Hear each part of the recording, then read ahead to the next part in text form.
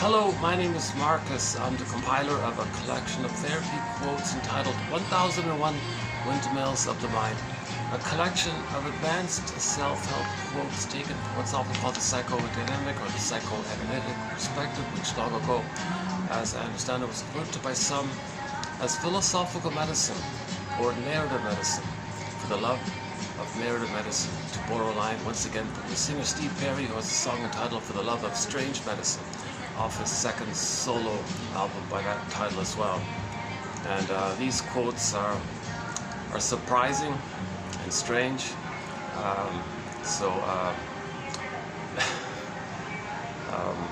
For example, I'm thinking about yesterday's video. One of the most surprising, strangest quotes from yesterday's video by Miss Golam, the work we're discussing currently, is that according to her, if I understand her correctly, what she's saying is a very strange idea, a very surprising idea.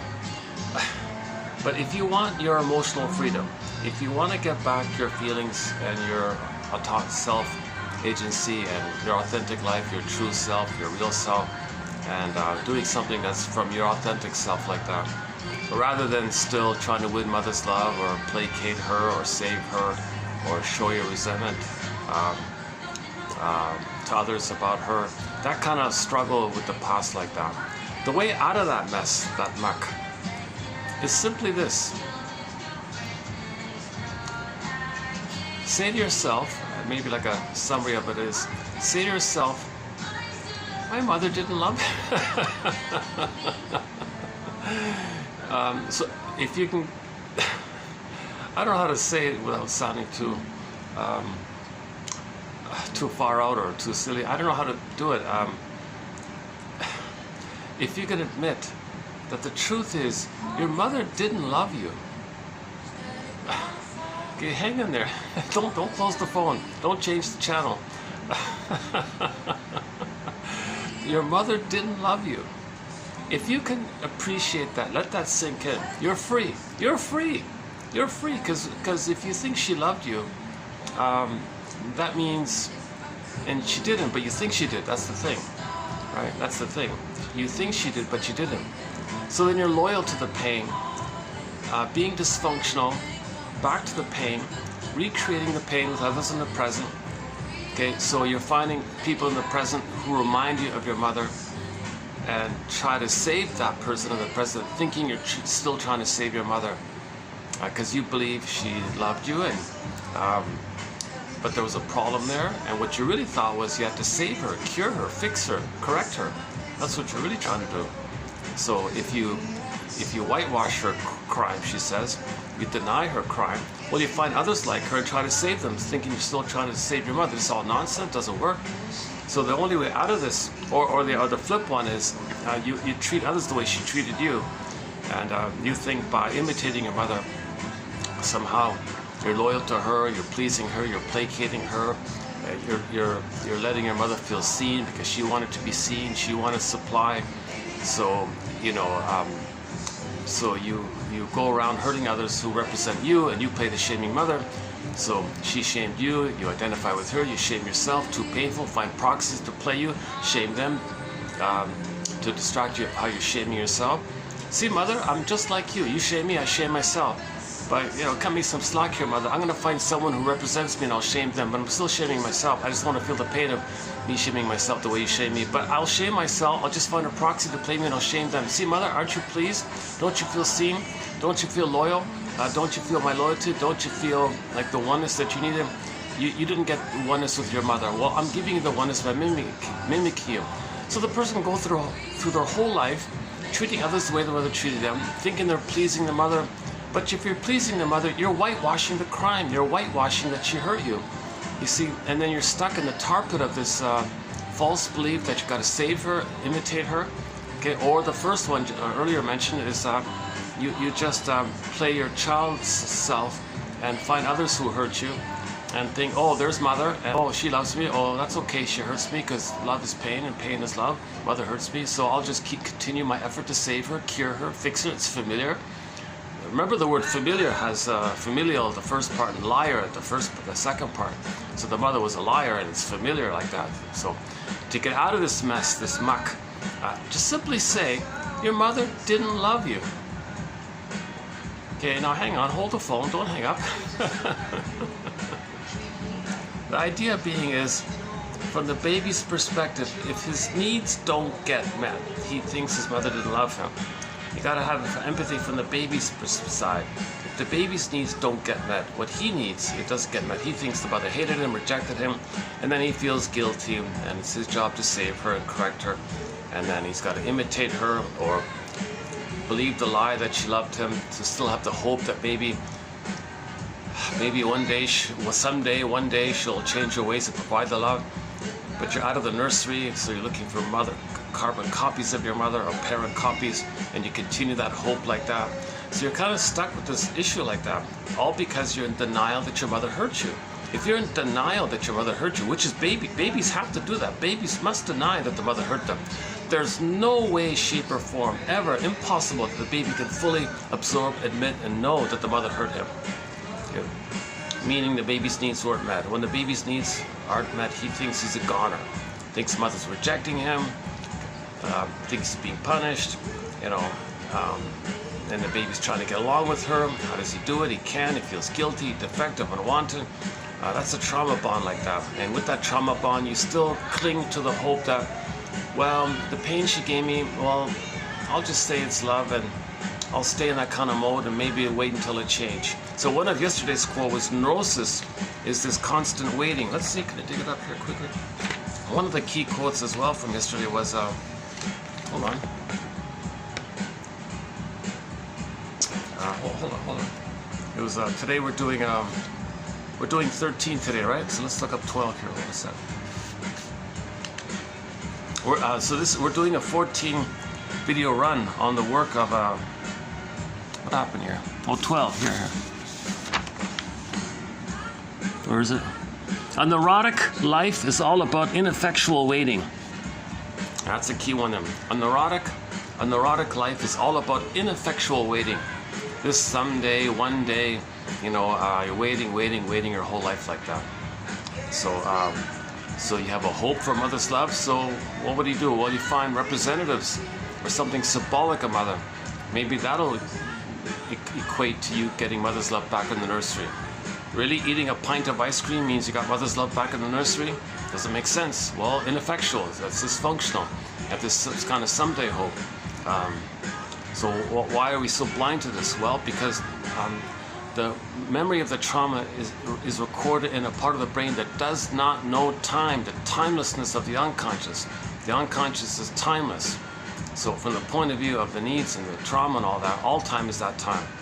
The present, you just make it as a new edition of the past. So you distort the present, wrench the present, selective omission, see what you want to see, make it up if you have to.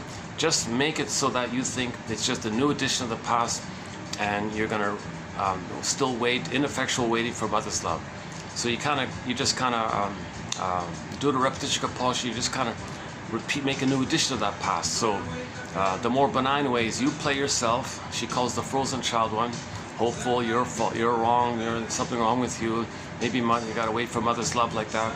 Okay, find someone who rejected you like your mother, and then try to save them, cure them, fix them, heal them, placate them, win their love, save them. Because originally the baby thought if he could save the mother, maybe he'll get mother's love. So you're still in that kind of ineffectual hope, relentless hope, unreal hope like that. Okay. Now in more severe trauma, a person identifies with the aggressor. That means they're going to shame them. That's like a layer over thing. They're going to shame themselves. So as just mentioned, they'll find proxies to play themselves.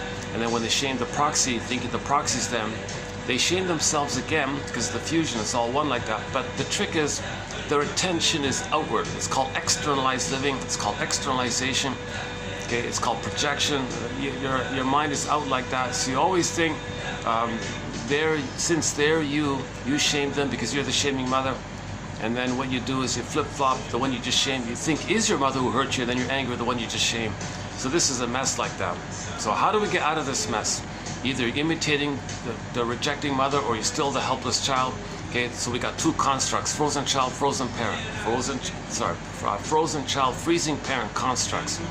Okay, and then you felt no good and mother's dangerous. And you think everyone's no good and mother's dangerous because everyone is you, because you haven't differentiated from the mother. So you think the world is you because the world is your mother and you're one with the mother, so you're one with the world. So if you feel no good and your mother's dangerous, you think everyone's no good and they're dangerous. This is very dysfunctional. How do we get out of this kind of life? The only way out of it is the mourning process. But to do the mourning process, to get your differentiation, to do the mourning process, you got to face the greatest hurt of all. Mother didn't love you. Mother, okay, go to 28:22. John Thurrott asked the lady the question, why didn't my mother love me? Oh my God. Oh my God.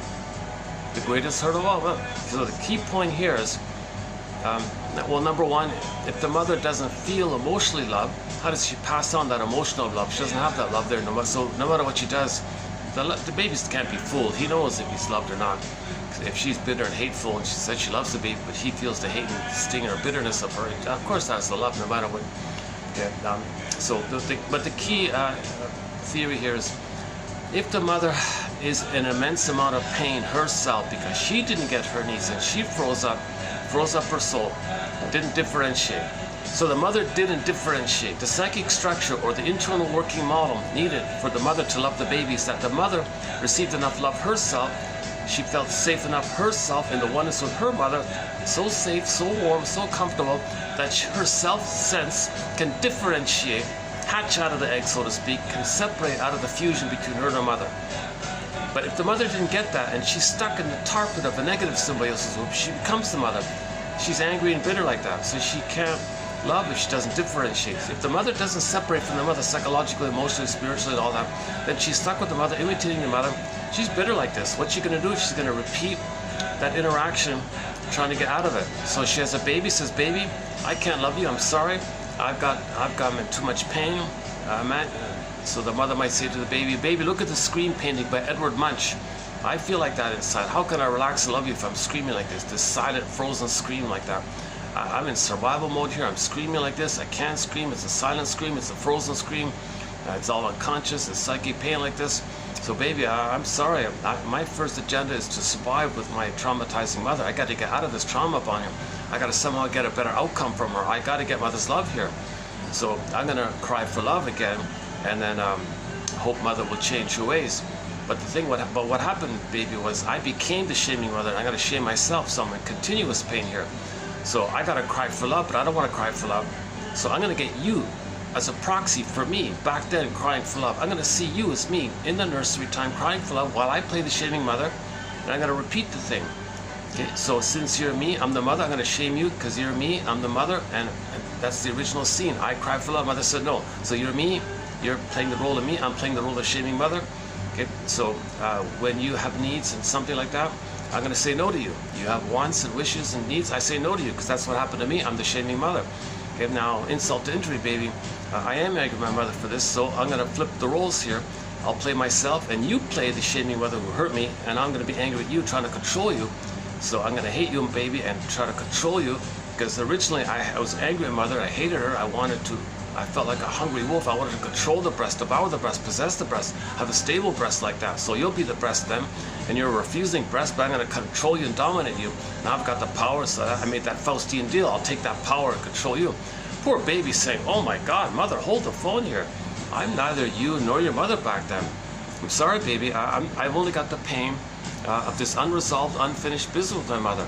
I can't relax and love you. I've got this pain. I'm in survival mode like that. So I got to cry for love. But I can't do it directly. I do it, but I shame myself.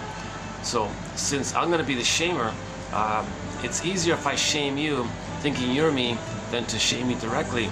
So baby, I'm sorry. I need somebody to hate so I don't directly hate myself.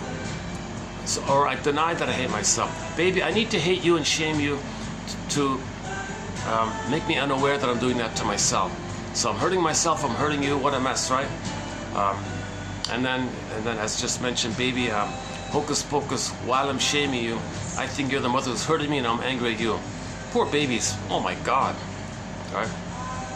So what does that baby do with the mother's in so much pain and she's got to replay her trauma, do the repetition compulsion with the fantasy that she can get a better outcome. Really, the mother shaming her baby, she's going to get a better outcome from her nursery?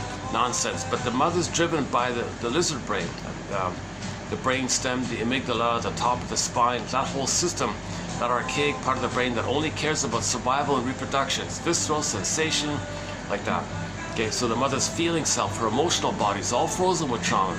Okay, Echo becomes a statue. Okay, the maiden king, the feeling that leads, the feelings that lead, called the maiden king, the princess, the maiden king. Okay, she morphs into a swan and flies away. Okay, Snow White's in a coma in a box in the forest. Okay, Rapunzel's in the tower, locked in the tower far away. Golden Ball goes down the well. Miss Core on the field gets pulled out into the underworld. Okay, all she has back is the primitive part of the brain called the survival brain.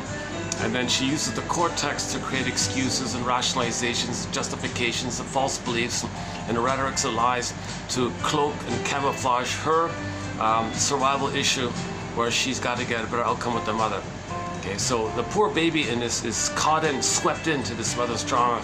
And what's the baby gonna do? Well, first things first, baby's gonna flash freeze his soul, exile it. Now he or she's got a Snow White in the coffin. Okay, their maiden king turns into a swan and flies away. Their golden ball goes down the well. It's the same kind of thing happening. And if this takes place before 18 months, the baby's gonna identify with the aggressor, just like her mother identified with the aggressor. So that this is the intergenerational trauma like this. So yesterday's strange quote was, if what I just said wasn't strange,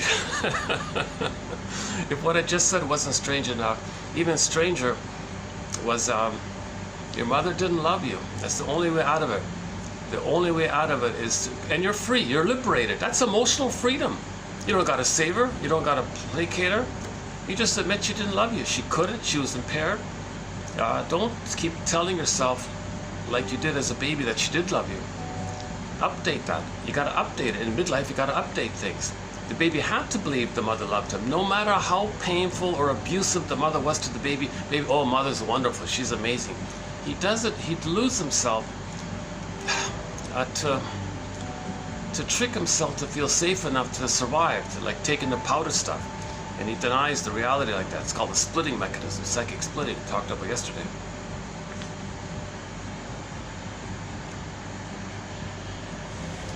We're doing 13 today. What was, let's see. Yesterday was 12, right? Hold on a sec. So a key one from yesterday was, let's see again.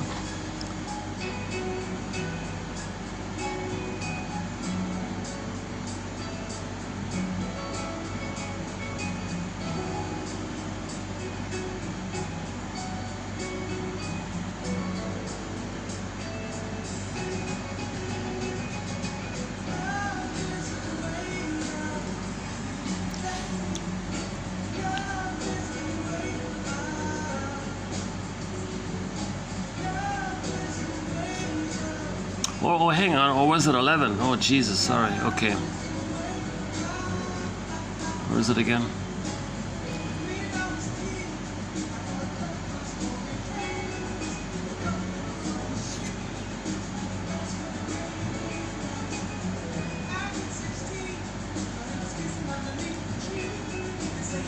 Give up a life of doing penance and seeking forgiveness for errors you didn't commit. Okay, take yourself out of the guilty box. You're not guilty. You're not in the penalty box. Take yourself out of the guilty box, the penalty box.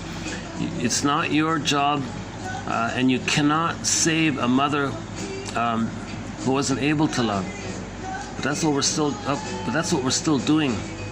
So the only way out of it is just to admit it. She didn't love me. Okay, now you're free. Now you're free. I don't know how to articulate this in a way that's helpful, but you're kind of free. You're liberated. Oh my God, I'm free now. I'm free. I'm free. I don't have to be bogged down with this shadow of this relic of the dead cargo from the past. The Twilight Zone episode talked about this useless burden. Because the mother's 6 feet under, she can't hurt you, you can't save her. Even if you thought you could, you couldn't. It's not your job to, and it's nevertheless you couldn't. Even if you thought it was your job to. No baby can heal from their mother's experienced that when they were a baby themselves, they never received love from the grandmother like that. No baby can do that kind of stuff. But that's what we're kind of doing. Why? Attachment theory. Babies need a loving mother, so they're doing every which way they can. They'll dance to any tune the mother plays for them. And then you're loyal to her. You're loyal to it. Deny, deny, deny. So when you're dysfunctional, you whitewash mother's crime. Another key line from Miss Golem, this whitewashing idea. So when you're dysfunctional, okay, if you're bitter, or you're narcissistic, or you're bullying, or you're egoism, or you're always codependent, you're avoidant, or you're voyeur narcissism, or exhibitionistic narcissism, or Don Juanism, or Donna Juanism, okay, or a clinging vine narcissist, or passive-aggressive narcissist, or lower functioning BPD, whatever personality pattern you have that's kind of in the dysfunctional area where you're hurting others, or just recreate disappointments for yourself, or just keep disappointing others because mother disappointed you. This kind of dysfunctional stuff where you're still repeating. When you're repeating, you're living in the past. You're not living in the present. You're living in the past. Okay, all that activity means you continuously again and again to whitewash your mother's lovelessness. That's a key one from. Well, okay, let's just do it this way. We did 14 videos from the work of Miss Elan, E-L-A-N, Golem, G-O-L-O-M-B. She did 2 books. Her first one is very famous, very well known. It's called Trapped in the Mirror, 1992, classic books all over the place. Anybody who studies narcissism or personality disorders, or anybody in the self-help, anybody at midlife, anybody doing any kind of self-introspection, they're bound to come across that book called Trapped in the Mirror. Okay, so just quickly, once again, the baby's one with the mother. If he's loved, he gets out of it. Okay, so, but if he's not loved, then he's trapped in the mirror. And he spends the rest of his life looking for supply. Okay, meaning other people's response, thinking that's symbolic breast. And now he's going to be addicted, little white flower. He's going to be addicted because when he gets the supply, he feels what any baby feels when he's one with the mother. This infantile, blissful God, powerful. I'm a little God. I'm self-sufficient. I'm the universe. I'm the king God. He feels this kind of megala. One guy calls it the megalomaniacal self. The Bergler calls it infantile megalomania. Okay, so that's why it's a powerful, I don't know, blissful oneness kind of feeling. Now, normal development, the baby has that, and then he graduates out of it to normal living. But if the baby's traumatized there, then they have the hope for that. They have the unconscious hope for the fulfillment of old unfulfilled needs. So they search for symbolic breast.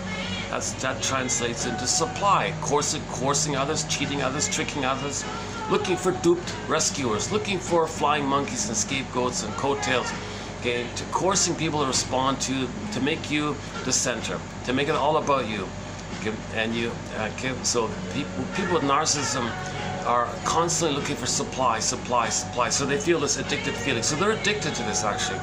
Baby wasn't addicted, but when you're traumatized, you keep getting it. You're getting up that old feeling of the oneness, and you never got out of it. And then now you're addicted because no thing in the present can be mother's maternal experience that was needed back in the nursery time.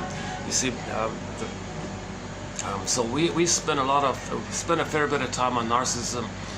We did 6 videos on the work of Kimberly Harding. She's got a very good self-help book entitled You and a Narcissist, just a little mini self-help book. Highly recommended, $2.99 or something like that. That's a great little book, 100 pages, so you can read it. It's like a mini book, so you can read one page like in a minute or something. That's so clear and concise. We plucked out 6 videos worth of quotes, roughly 60, 70 quotes. Roughly 60 quotes. We post 10 on average here. So we plucked out 60 of the top quotes from that book. Or just better yet, read the book directly, or you find it here in the channel.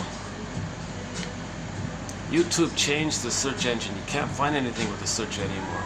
So you're going to have to like manually click around kind of thing. What a pity, eh? It was a very convenient function here, the YouTube channel here. So embedded within this channel here that you're watching, this little search engine embedded within the channel. So if you type in Harding, you'd get all the quotes from Harding. Now it doesn't work. There's nothing there. I think the search engine might only give you something that's in the title, like a video title, but not the body of the material. Before you got the body of the material. Like if you typed in burglar, one of our mentors, burglar, you'd get like, 50 references. Now it's zilch, unless I have burglar in the title of the thing. So it's really important to get the file here. Two ways to, so quickly, just on the channel, you can get a click, video by video kind of thing. Or for communities, you get the whole PDF file for the price of for a minimal admin fee, price of a cup of coffee, even less than that actually. Or once again, just I recommend just getting her book straight. Kimberly Harding, You and the Narcissist. And then we have other authors. Drew Keyes had a couple there.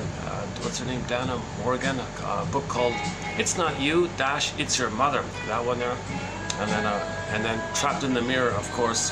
And coming up soon, we'll have some more quotes on narcissism from a book called Narcissus in Wonderland by Ullman and Paul. Richard Ullman and Harry Paul. It's a pretty interesting book. They really focus on this fantasy issue where narcissism is this where you take refuge in that ancient time in the uterus when you were in a blissful little bubble like that. And now you didn't get out of it and you got to maintain it. So to maintain it, you want supply, supply, supply. How do you get supply? Well, you're constantly lying and deceiving. You're desperate to get supply, so you don't care about the effects on others. You're in survival mode. You have no empathy or interest in how it affects others. Others are just things, like how the baby thinks the breast is the thing that he possesses. That's the theory. The baby is nursing with the breast, and the baby doesn't understand the breast part of the mother, and the breast with the mother is a mother, a human. He's a human. He doesn't get that. He's still continuing from the uterus phase. The uterus phase, he's just floating around like a king and a god, and everything's one with him. So he's autocratic like that, okay? And he's infantile megalomaniac, little god like that. So this continues for the first 4 to 5 months. That's the issue here. A lot of babies are not getting that extended paradise, that egg, that mother-infant dual unity, okay? That social, interpersonal, womb-like condition. Rhythm of safety, oneness, mother's attuned, mother recognizes, mother soothes, comforts, meets all the baby's needs automatically, right on time, because this takes place when the suckling takes place, when the skin to skin is there in loving gaze.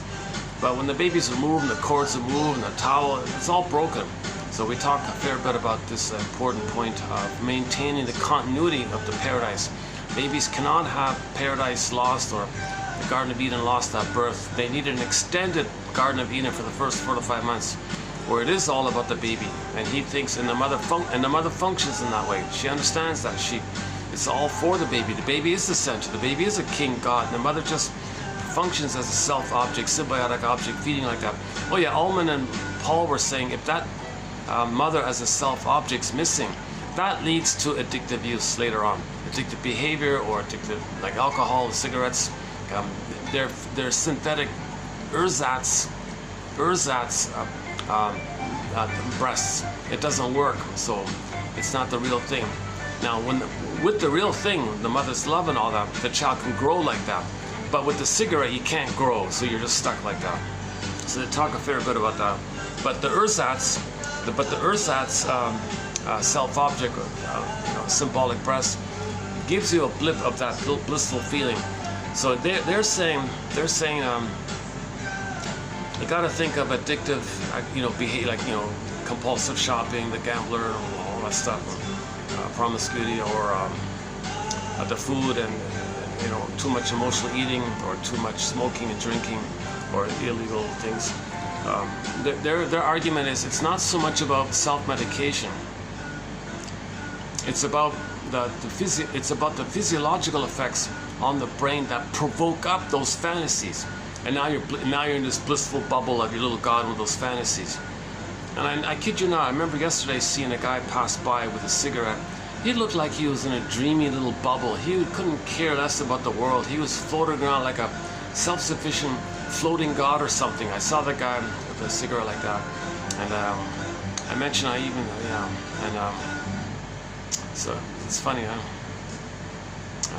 I'm noticing this phenomenon more after reading it. I'm sort of just partway through the book. It's not a well-known book. It's a little bit filled with jargon. It's a little repetitive. Takes, Jesus, like they take 5 pages and they say nothing. You gotta stick with them. But it is interesting. They base their theory on Mr. Kohat, and I don't really look into Mr. Kohat's work, but I think as an exception, maybe. So I'm looking forward to posting quotes from that book, Narcissus in Wonderland. So in other words, when we know the famous thing about narcissism. It's all about them. They're the center. Okay, they use things. They don't relate or love. There's no relationship. There's no love. There's no warmth. Okay, everything's a thing for them. It just serves them. Utilitarian like that. Everything is a symbolic breast. They suck dry and throw away. Now, if they get something, well, it was theirs anyways, so there's no gratitude like that. They're supposed to get it. They're entitled. They're kings and gods. They're entitled to get it. Okay, now if they don't get it, they'll be enraged, because now they feel like how any baby would feel if you had no mother. He's enraged. He's angrily got to control the breast. If a lackey or a dupe rescue or a codependent helper or whatever, whoever he is or she is, misbehaves, well, you're mine. You're misbehaving. I got to control them. So they're very controlling. They're very demanding. They'll use a lot of coercion and tricks and manipulation, and they'll play on your fears. And they're very intuitive to trick people to give them supply. Usually they scare you, or usually they confuse you. Then you think they're authority. That's one common trick. They scare you and confuse you. Oh, you think they're the authority. Okay, where'd they learn that trick? Well, that's from the mother. When the mother scares the baby and confuses the baby, oh, mother must be amazing. She's a goddess. It's kind of sad, right? The more the mother hurts the baby, the more the baby looks to the mother in a positive way, because he's got to compensate and deny that she's hurting him. So he deludes himself that she's wonderful to survive like that. So they induce that onto others like that. So that's one way to get supply. They look for duped rescuers. That's Mr. Keyes' line. He's got a list of the kinds of people that narcissists look for. Coattails and flying monkeys and donkeys and a couple of others. And we added the one about two taking turns big shot, where they scapegoat others.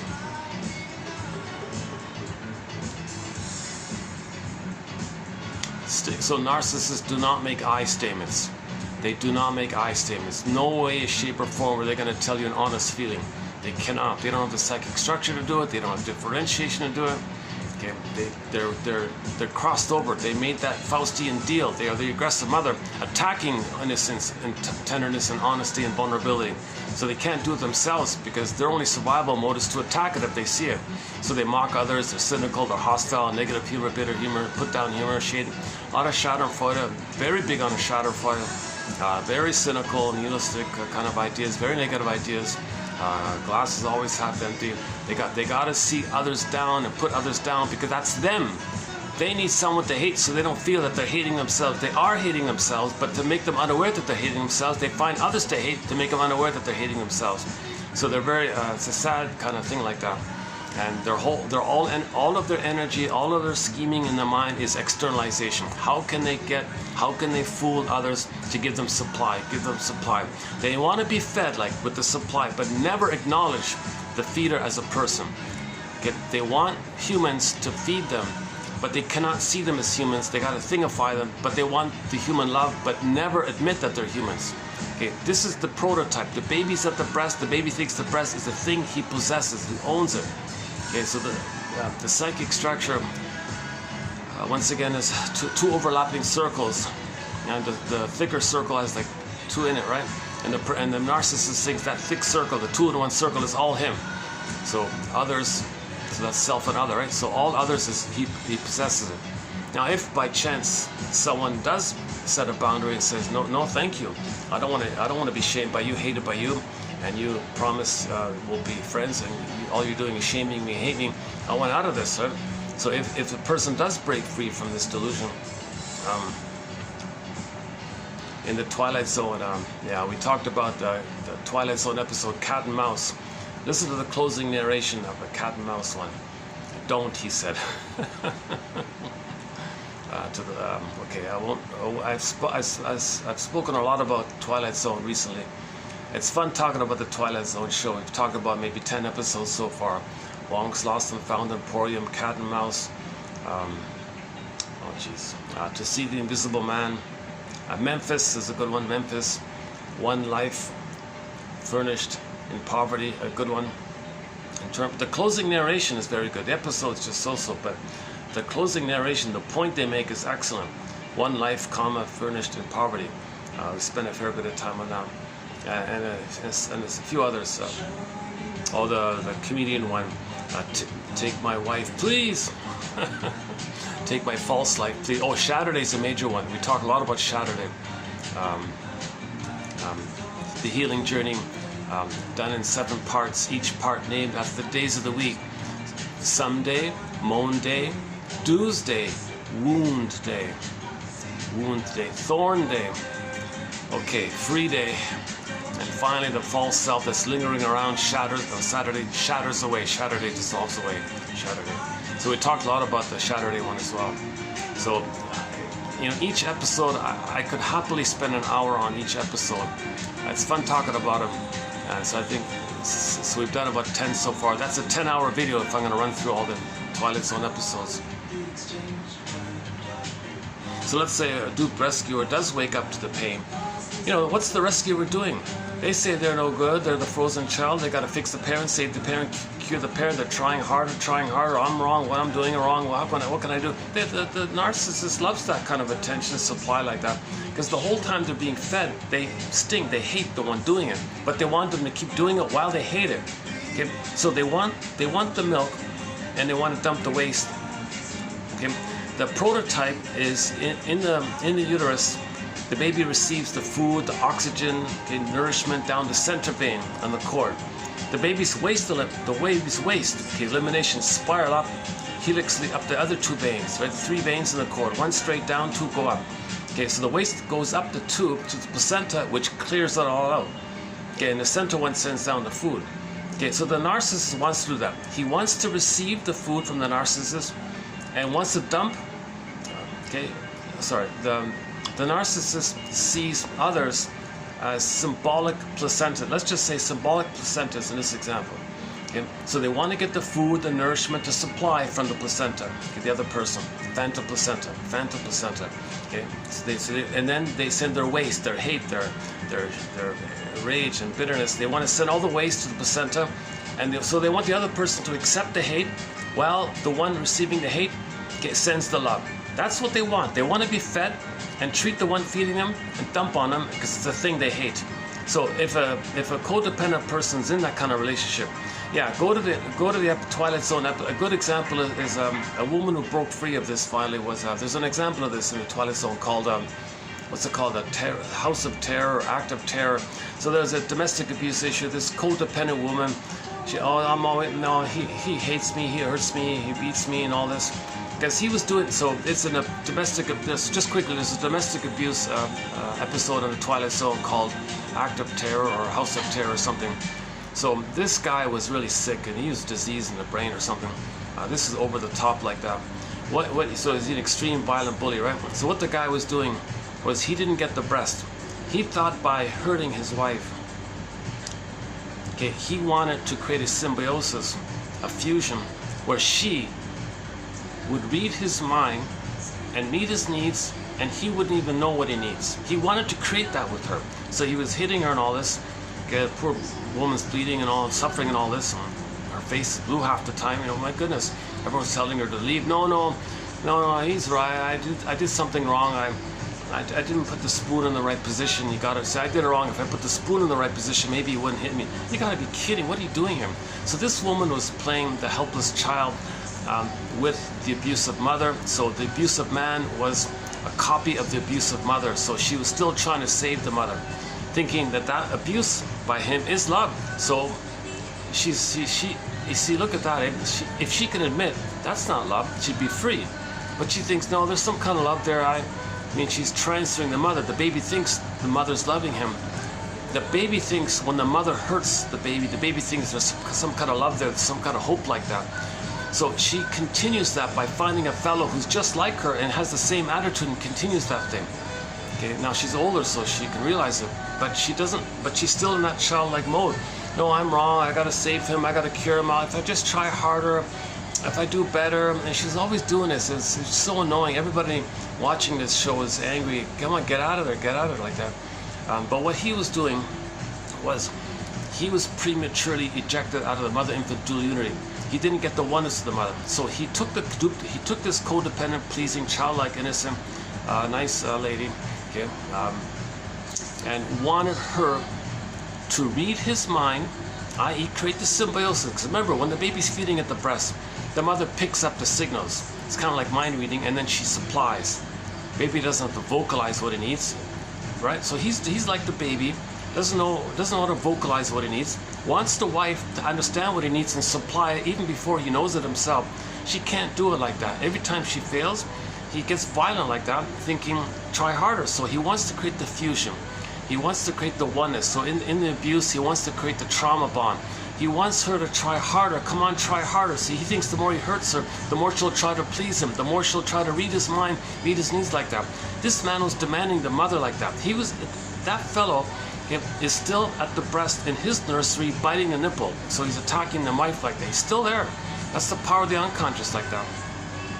So she was, so let's say finally she does escape, and yes, she did escape finally. I'll tell you how in a minute. So if she does escape, when she tried to escape, he threatened her as an attacker and try to pull her in like that, because he thought she is the breast and he owns the breast. It's his property. He treated her like a property kind of thing. You're my thing. I own. You're not a human. You're a thing that I own. You gotta control him. So he's very violent like this. Now, if finally anyone does break free from this kind of thing, okay, if they have to accept it, okay, then click. They'll just say denial, contempt, sour grapes, didn't need him anyways, and find a new one.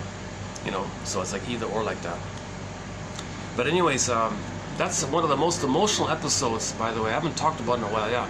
So here's a interesting episode.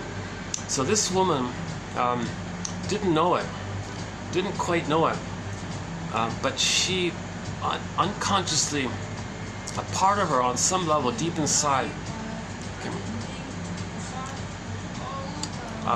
remembered that she herself, when she was a little kid and all that with her sister, that she had a Doberman Pinscher as a family pet like that, and she wished that her dog from childhood would attack the husband and protect her. Like, she had that wish. She didn't say it or anything like that, right? She didn't even know it herself, to tell you the truth. So the sister was trying to help her. So the sister sent her a figurine. Remember our dog? The sister was saying, I want you to think about our dog. And you know, and then that triggered it. So when he hit her, in her mind is the memory, and now the fantasy that she accepts, her wish that she accepts now, triggered by the sister's prompting, that she wishes her dog from childhood, the Doberman Pinscher, would attack him. That's her true psychic imagery going on. When he creates the fusion, when he hits her and all this, okay? During that fusion time, when the psyches are all blurred, fully do I go mesh one like that, the dog image in her psyche during the oneness zipped into his psyche. So when they separated like that, now the dog is in the man's mind. And that's pretty intense for him. He couldn't hold that, he couldn't contain it, so he had a psychotic break, the fellow. So he would hallucinate a psychosis with the dog outside of him, wanting to attack him. He'd close the door, open another door, there's attack, wanting to attack him. Look up, there's the dog. Look down, there's the dog. Everywhere he looked, the dog was going to attack him. He was freaking out like this, of course. He tried to shoot the dog. He had a can. It wasn't there. But he believed it was there. And when the dog finally lunged on him and attacked him, and everybody watching this was cheering, go dog, or maul him up or something. Everybody hates that guy. Everybody, no one would really, in the emotionality of the episode, no one would care about that kind of guy, right? Anyways, so the dog's mauling the guy, and you think, now a little reality check here. To what degree is he really going to believe it? He believes it, and in the mind over matter belief, he started to bleed on his arm, thinking the dog did bite him, but there was no dog there, right? And the freedom was the beauty of it all was, she escaped, right? And he tried to attack her. He said, oh yeah, oh really? Think about it. The moment he thought about attacking his wife, okay, he'd have a psychotic break and the Doberman would jump on him. So if he had the thought of hurting the ex-wife, okay, he'd have a psychotic break and the dog would attack. Even though he kind of knows it's not real, but he still feels it's real. So it worked, kind of thing. So she was finally free. So the dog stayed in his psyche. The dog stayed in his psyche. And so we talked a fair bit about that episode a while ago. That's a tough one. That's one of the toughest ones, I think. So that guy has to know his situation. He's got to go to some kind of a psychiatric ward or something, and he's got to be locked up or whatever, that kind of thing. And because he's dangerous. He's a menace. He's a violent menace like that. And so his healing journey would be he's got to admit he didn't get the oneness with the mother, and that's what he was trying to do. So if he can say to himself, oh my God, my mother didn't love me, and I expected my wife to be that mother, but wait a minute, how can she be the breast from my nursery? What was I doing here? Then he's got to mourn. If he can do all that, he'll mourn it. That might be the way out, right? So that's kind of a sad story. There's some fun episodes. Memphis is a good one about the mentor relationship. The mentor and the kid, that's a good one. And then the kid grew up and saved the mentor, that's a very nice one. The key to your future lies in your past. The comedy one was good, where the heckler was the person's inner truthful voice. So the heckler was the man's own conscience heckling him, and he had to the whole process there. To see the invisible man, he had to learn that people were not things, that he needed people. That worked, that one with that guy. And then One Life Furnished in Poverty one, he was able to time travel back to his childhood and see how he made decisions based on what happened to him, which made him bitter, and he stayed there like that. And then the closing narration for that one, it's here. One Life Furnished in Poverty. Isn't it rather bittersweet how we spend so much time trying to justify ourselves to the shadows of those who are long gone? Okay, so right there, isn't it bittersweet how we spend so much time trying to justify ourselves to the shadows of those who are long gone? So the parents are long gone, they're 6 feet under. But he's got a construct, a bundle of memories live like that. Okay? And now he's fighting with those constructs. But the reality of the mother was long gone. So the point was, he traveled back in a time machine and he saw how he made these decisions. So the idea was he made these decisions. So he's the captain of his fate, kind of thing, because he made these decisions. So the closing narration was to prompt the viewer to realize, look, you're responsible for your decisions. Now you got to update them, kind of thing. Isn't it? It's rather bittersweet how we spend so much time trying to justify ourselves to the shadows of those who are long gone.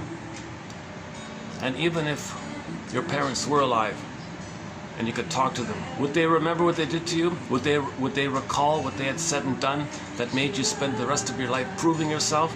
Oh no. The parents are narcissistic, they're schizo, whatever they are, they're not going to admit it. If you question the mothers, the father might jump in. How don't you dare talk to your mother like that? All this nonsense. Mother knows best. Oh, what I did for you, how grateful I am. Oh, guilt trip. They won't admit it. They won't admit it because they use the child as supply. Narcissistic parents use their children as things to supply them. So if they question them, they lose the supply. They get enraged, want to control it like that. So they probably won't do it. So if you interview your parents, they'll deny, they'll gaslight, they'll blame you, they'll attack you, how dare you, they'll flip it around, they make you feel guilty for the crime they did. They don't know it, they're oblivious, right? Okay, so let's say you could go back in a time machine and watched and interacted with yourself, your younger self, interacted with the parents. Let's say you could even go back like that. Wouldn't you learn that you were always the master of your fate?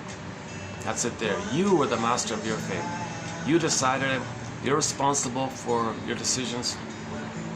And if you learned that great truth, wouldn't it free you of a useless burden?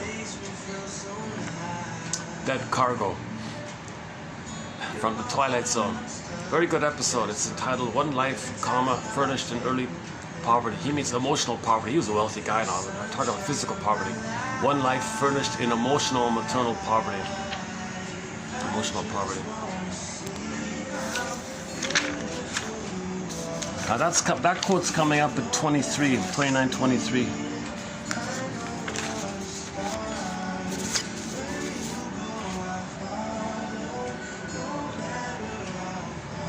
So again, Miss Ellam's, her focus with her book, in particular the follow-up, the sequel, back to her 2 books. So I mentioned already her first book, 1992, Trapped in the Mirror.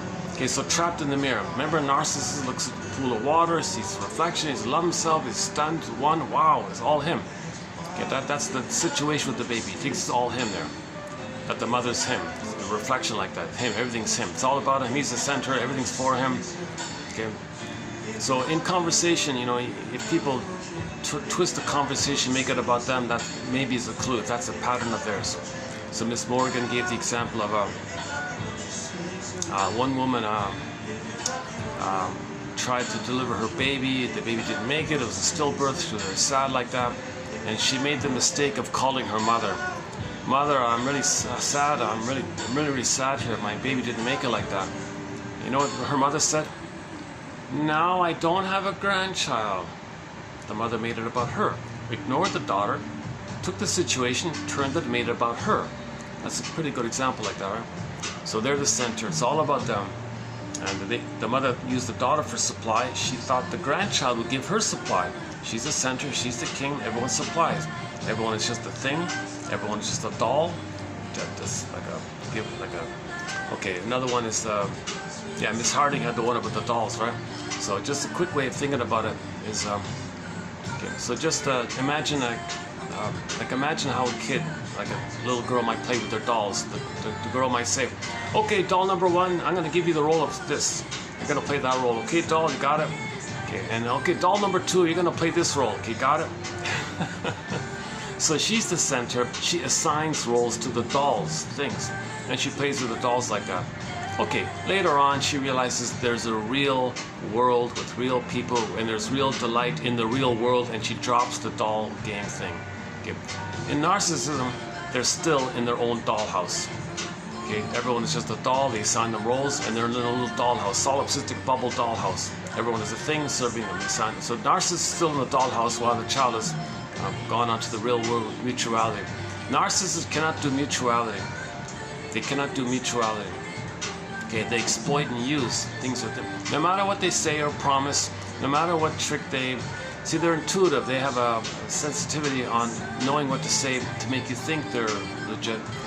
That's just a bait, and the other person doesn't see the hook. What they're looking for is to hook in a permanent supply. They want someone to supply continuously. So if they have to BS to get, they'll do it. Or whatever it is to get the supply. They're in survival mode. They think they're in survival mode. They think they're entitled, and they're survival mode. Now, if you say to somebody with narcissism later on, hey, that thing you did wasn't nice. What are you talking about? I'm in survival mode. What you said is not nice. They'll twist it around, right? So they're masters, liars, and propaganda, and rhetoric, and public relation tricks. All this manipulation like that. So they're very intuitive. Grotstein says they have a kind of a mind called psychotically neurotic that interconnects and blends in with psychotically neurotic, and the two intermingling creates a new magic mirror in the mind. So now they can play hollow mirrors, house of mirrors, magic mirrors. Now you see me, now you don't, catch me if you can. So if you point out something to them, they can flip. They're over there. Like for example, they'll act like you said what they said. They're confused. Or they'll act like they said what you said. They'll people confused. Okay? Or they'll just somehow manage to turn it around. They'll be the aggressor and end up making you feel like the aggressor, and they're the victim. They'll twist it around like that. So that's because they're surviving. They can't tell the truth. They can't tell an I statement. They can't associate. They can't tell you an honest feeling because the emotional body's frozen. Okay, the pin in the collar.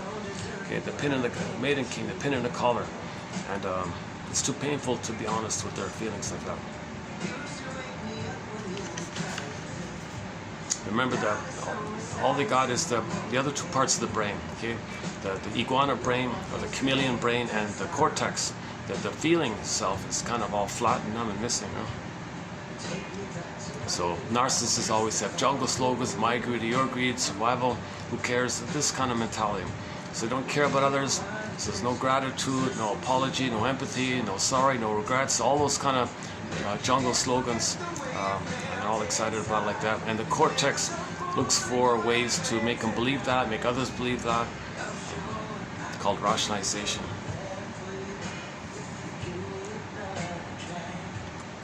So I recommend the past stretch of videos, beginning with Kimberly Harding up until present with Miss Golem. So Harding, and then Keys, and then Morrigan, and then now Golem.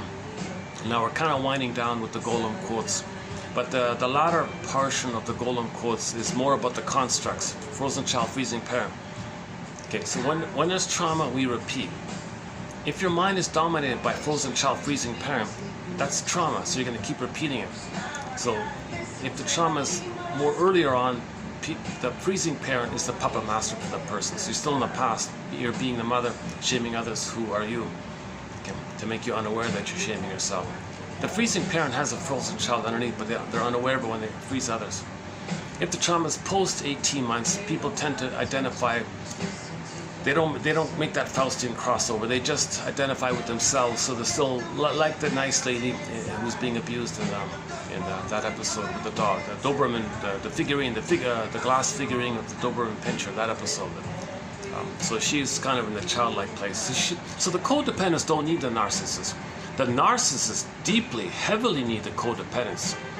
If they don't have duped rescuers, they don't have coattails, and they don't have donkeys and flying monkeys around, okay, or they don't have others just like them, scapegoating others, hating others together. If they don't have that kind of thing going on, they feel a chasm within. They feel a huge gaping inward emptiness. There's a huge paucity of inner experiences. They cannot connect inwardly. All their mind is out, getting supply. It's all external focused. It's called externalized living. They don't do any internal. There's no feeling there. It's empty. It's trauma. The feelings are lost. The feelings are frozen. Snow White's frozen. Rapunzel's in the tower. Maiden King flew away. Golden balls thought. Disney film, I set out joy and sadness for your primary feelings, zooped away. And then you're back to the limbic system. So for more on this, Karen Horney's essay called Paucity of Inner Experiences. And we posted sort of an abridged version of that essay here. We discussed it here.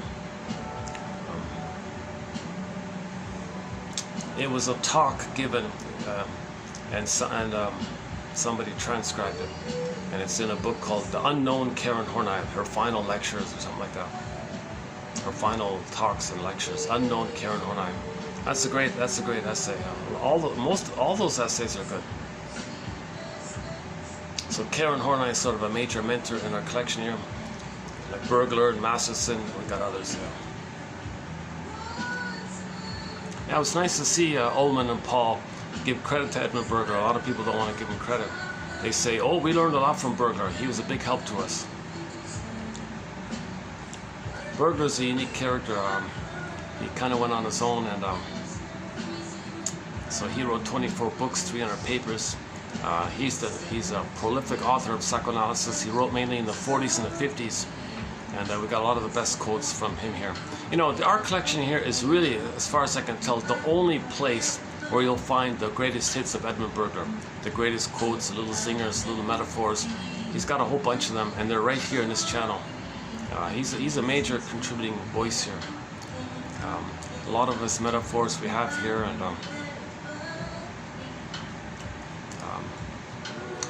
the man was, I don't know, brilliant. He had a vast knowledge of literature, and when he's describing psychology, he would pull in some literature passage to highlight the psychology point. And he was good at that. Like, he really fit it really well. It wasn't just showing off that he knew the knowledge or something.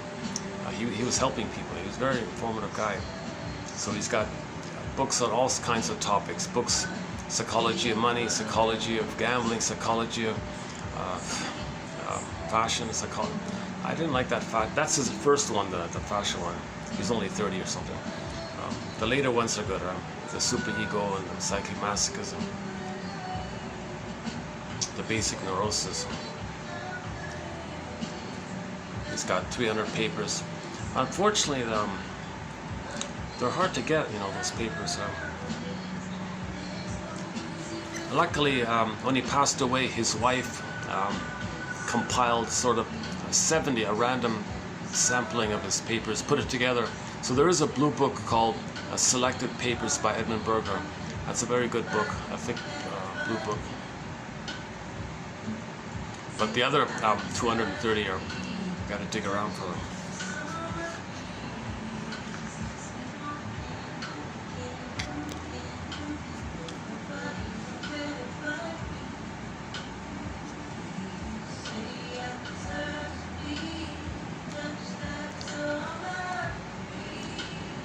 Normally, in many of the videos, I do a kind of overview of many of the basic points, the stingers and the clingers, okay, the developmental process, the secure attachment style, the 5 parts like that, okay, and then projection, projective identification, the splitting mechanism, identification of the aggressor is the key one. Then we do Edmund Burger's theory about the 45 record. New situations, you play the same old record, and the stingers play the aggressor side, find proxy to shame, and then hate the proxy who then becomes the mother. They flip it around. Or the clingers play themselves and then find others to reject them.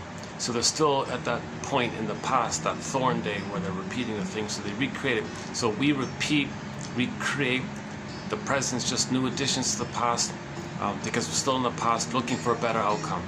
So there's a body material about repetition, compulsion, and transference acting out like that. Okay, so the present's called the presenting past. Okay, so we distort the present, see today through the lens of yesterday, wrench the present to fit yesterday, so we can see today as still the past, the present still the past, the present still the past. So you're recreating that loop, that interaction. Benignly, you play yourself and others, and you find others to reject you. More perversely, you find others to play you, and you reject them, and then you hate them. All right? There's a quote, famous quote, on those who hurt others who then hate them. Men hate whom they hurt. That's the stinger mode. So the stinger mode is also known as the paranoid schizoid mode. There's prejudice, very strong, scapegoating is very strong, adversarial thinking is very strong, oppositional thinking is very strong, either-or thinking is very strong, the psychic splitting is very strong. They don't have differentiation. Okay, so there's no mourning, there's no I statements, there's no tenderness or affection.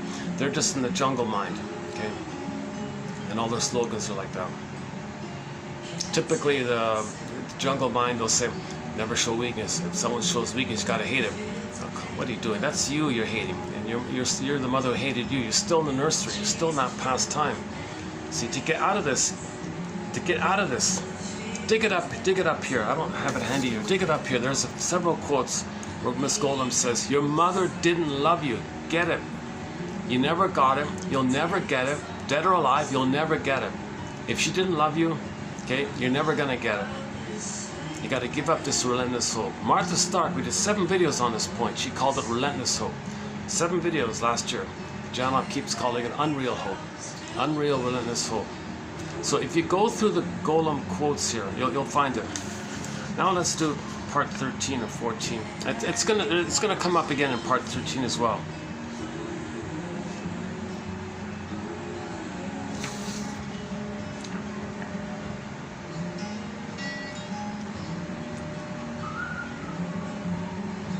Okay, neither frozen child nor freezing parent should be in control of the adult's method of disagreement.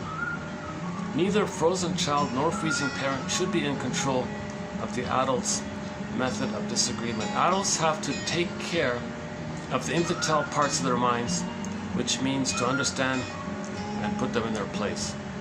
Okay, the relics of the past. So identify who's co-opting the person. If the frozen child co-opts the person, you know that when you say you're wrong, it's my fault, nothing I do is good enough, poor me, helpless, hopeless, what's wrong with me, I'll try harder, I'm no good, but I'll try harder, I'm wrong, my fault, my mistake, I do it this way, and you always see that as the parent who's rejecting you. No, they're loving me, and I just want more, and at the same time I want to fix them so it can be authentic, so you don't even know what you're doing, right? Okay, so if that means you're in the frozen child mode. Now, trauma before ATMs, people deny that. They see that onto others and shame them. So if the freezing parent or the aggressive parent is co-opting the person, that's very simple to see. If they're negative towards others, put down humor, shaming humor, okay, if they're disparaging humor, if they say, oh, they're no good this, they're no good that, okay, if they thingify others, oh, they're not, they're not fully this or that, any kind of down kind of thing they're doing, any kind of cynicism they're doing against others. Okay, that's themselves. They're the mother. Do that to them. They're the mother. So to not every time. So prejudice confession. When they say, "Oh, he's fill in the blank," he's saying that about himself. But to not feel it, he says others of that to make him unaware that he's doing it to himself, because he's the mother who said that to him. So so in other words, just identify who's running the show here, who's calling the shots. Okay, freezing parent or frozen child. It's all relics of childhood. Then you say it's the shadow of parental voices from long ago. Relics of the past. Voices way, way from the past. You're not in the nursery. Your mother's 6 feet under or whatever. She's not going to hurt you. She can't hurt you. You don't need her. I mean, you don't, seriously, you don't, you can survive now, right? You can get a job and feed yourself kind of thing. All that she was mainly doing was using you as supply. She couldn't love you. Okay, later on, later, of course, embedded in it, you know some. Later on, okay, in the next step, you can see the two sides of the mother. That it wasn't an either or thing. But before you get to the either or thing, okay, you first gotta feel the truth. Now, if you can, it's ironic. It's simultaneous. If you can feel the truth, you are doing either or. That's the funny thing about that. If you can feel the truth that your mother didn't love you, okay, you are doing either or. You are doing. You're seeing the both sides. I don't know how to explain it, but it feels like that. It feels like that. If you can admit that your mother didn't love you, okay, you're forgiving her. You're setting her free. You're setting her free. You can set her free. You don't got to idealize her, put her on a pedestal. You don't got to demonize her that she's a demon. Okay, you just see as a person. You can set her free. Oh, she was wounded. She was impaired. You set her free. It wasn't your job to save her. You can't save her. Set her free. It's her job to save herself, kind of thing.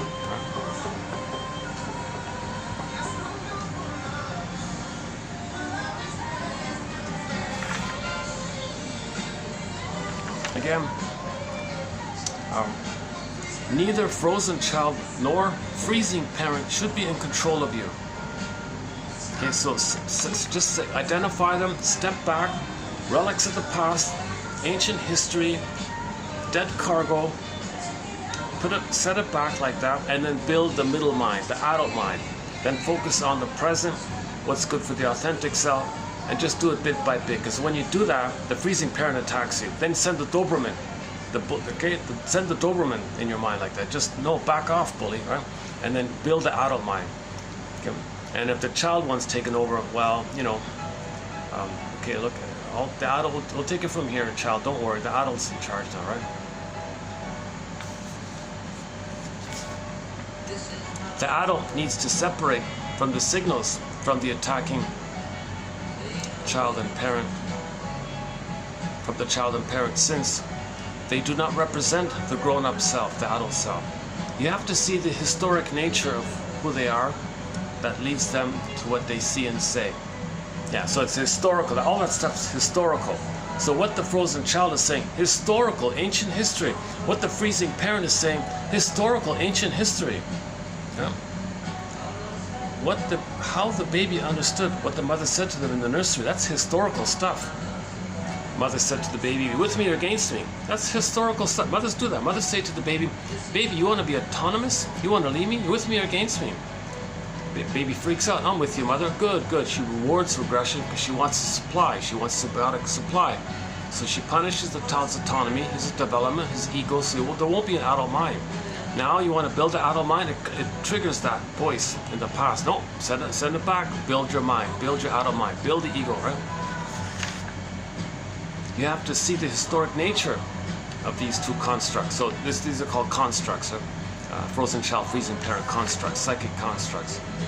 Clusters of memories, bundle of memories. of you being victimized by the aggressive mother. Historicity means seeing it as of another era. Another era. That's another era. Oh my God, that's not what I was saying. That's another era.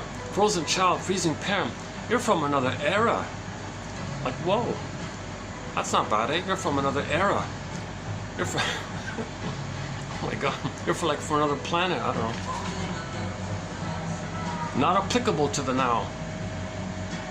If adults investigate their history, they'll be less puzzled by their compulsions and constraints. Oh, these are constraints and compulsions. Frozen child, freezing parent, gotta save the mother, gotta fix the mother, gotta shame mothers, then when mother shame me to please the mother, and then hate the one that just shamed because they do hate their mother. And this is a compulsion to replay the cry for love, hoping for a better past. It's a compulsion and it's a constraint because you're so constrained in this narrow thing. The constraint is the record. So quickly with Edmund Berger, back to Edmund Berger. Every neurotic is a music enthusiast, but he only has one record, a 45. He carries it with him everywhere he goes. Every time he sees a turntable with never-ending fiery ardor, he says, that's the compulsion. Okay, he runs to the turntable and plays that 45. Okay, so meaning in new situations, he plays that 45. Another situation, same old 45. Goes to another place, new job, new thing, new this, new that, whatever it is, new, same old 45, same old 45, same old 45. He can't enjoy the present. He can't see the present. He only sees the past. He carries the past, replays the past. Meaning, new situations, he reconstructs a new version of the past because he's still in the past, wanting a better outcome. In the stinger mode, he plays the shaming one. Others can play his innocence, which will shame. Then he'll flip-flop. He'll hate the one he just shamed because he flies. Because of the fusion, it's hocus pocus. So after he shames himself, remember he feels no good, mother's dangerous. So others are likewise, okay, no good and dangerous. So first he'll attack the no good in them and see them as dangerous, which he's going to fight against his mother with. Now the benign one, trauma before 18 months, is they don't do that Faustian thing. They just play themselves and they're self-defeating, a little masochistic, like the woman, right? Self-defeating, She didn't need that guy. She was a clever, confident, she could do things. She just didn't quite fully reach her autonomy, right? She was still in the child mode. That bully husband gave up on that quote-unquote human side of being human. He was just an enraged, screaming baby trying to get the breast. He wasn't in the... he wasn't beyond the breastfeeding area. He's not even a toddler yet, right? So she's ahead of him in that sense, developmentally speaking. But she's confused because she's looking for a strong parent, and the bully parent looks, maybe that's strong. Is that strong? They're just confused. They think pseudo strength maybe could be real strength. They don't know. They're just confused. They're like little children, right?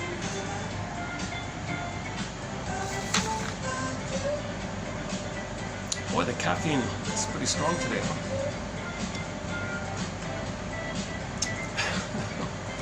The problem, caffeine gives me a little boost, but I crash after roughly 2 hours later. You'll see me sluggish like that. I need the guava juice if I'm going to do a longer video. Okay, enough about juice. If adults investigate their history, they'll be less puzzled by their compulsions and constraints. Then it'll be easier to stop being controlled by these two constructs. Frozen child from the past, freezing parent construct from the past. You have to dethrone these two constructs by recognizing and openly declaring that your actual parent's love was insufficient. Okay, yeah, what helps dethrone them is that your mother didn't love you. That should dethrone them. What are you doing? Why is the frozen child coming up? Why is the freezing parent taking me over? There was no love back then. Get back. No, there was no love. What's this hope for? There's no love back then. Pain wasn't love. That pain wasn't love. As a baby, you thought pain was love. This is from another era. This is from another era. Come on. Reality. She didn't love you.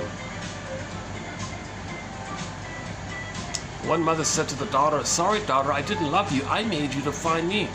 Okay, look up Anne Sexton's 1960. That line there, "I made you to find me," that topic there. It's not your duty to comply, support, agree, or cover up or whitewash. You are not to be drawn into the child's ancient drama,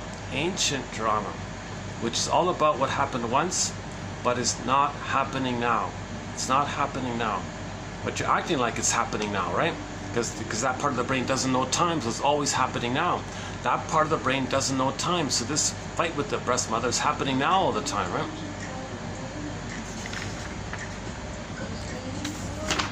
Let's do it this way. Renouncing the myth that your parent deeply loved you is associated with an act of mourning. Okay, now you're getting somewhere. Mourn the loving mother you should have had. Never existed. You should have had a loving mother. You never had a loving mother. That's why in fairy tales they say, oh, there's a stepmother. There's no mother. It is the mother. The good side of the mother's missing, so there's no mother. You got the dark side of the mother, and they say that, so they call her the stepmother. But it's the mother. They're just calling her the stepmother to make it easier like that. So the mother was a stepmother. Just put it this way. Put it this way. When I was a baby, I didn't have a mother. I had a stepmother. Put it that way. Yesterday I joked she was an alien.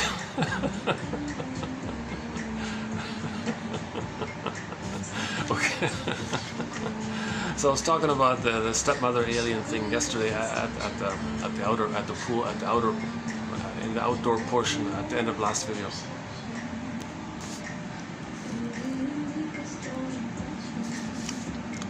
Renouncing the myth that your mother loved you is associated with an act of mourning. That's huge. Okay, we got to mourn the loving mother that you never had. Mourning is a giving up of a connection. Now you're free. Mourning sets you free. Mourning sets you free. Mourning makes you grow up. Mourning makes you become an adult. Mourning gives you your embodiment, your midnight blue. Midnight blue, Graham calls it the midnight blue, your beingness, your feminine principle. The maiden king, Snow White comes back. Rapunzel comes back. Your golden ball comes back. Your embodied Ithaca comes back. Your home comes back. Penelope came, like the maiden king. The maiden king comes back. Now your feeling leads. Now you got the sweet, inexhaustible fullness of being. Now you can express your gifts, which is meaning and pleasure in a pathless heart. Now there's affection and tenderness, and there's warmth and relating. Now you can relate. When you can relate, that's a fountain of love, an endless spring of fountain of love, when you get like a positive loop like that. A positive loop when you can relate. If you're just exploiting and using, things dry up, you gotta dry up again. Okay, it doesn't. That's what they mean by the eternal spring and all that. Good memories will arrive, but also ones of failure. You will remember times the parent wasn't there for you. You will recall the lack of empathy and the tendency to dismiss you, if you're honest, right? You will remember being treated as inferior and how you labeled yourself inferior to explain why she didn't love you. The more you look at memories, the more you will question whether your parents' lack of caring was your fault. Yeah, that's a key one. It wasn't your fault. That's a key one there. That's a key one. That's the Tuesday one. Saturday, right? Someday, Monday, Tuesday. The Tuesday. Okay. If the baby's in pain, he thinks he's guilty and did something wrong. He's being punished. If he's in pain, he thinks he's being punished. He did something wrong. He didn't do anything wrong. It's not the baby's fault the mother doesn't love him. Is it the baby's fault the mother doesn't love him? Baby comes on the scene, mother attacks him. Is it the baby's fault? Come on. Baby comes on the scene, mother hates him and attacks him. Is it the baby's fault? He thinks it is his fault. That's what we got to update and correct. It's not the baby's fault. He's not guilty. He wasn't born sinner. Nonsense. He wasn't born guilty or in debt like this.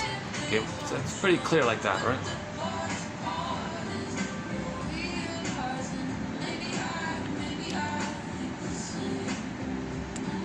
Remember if you can instances of being loved. You won't find it.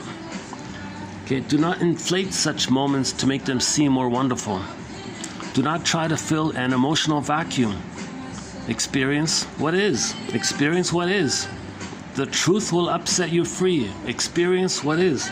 Recognize how your parents' self-aggrandizing needs made them insensitive. How their narcissism made them insensitive.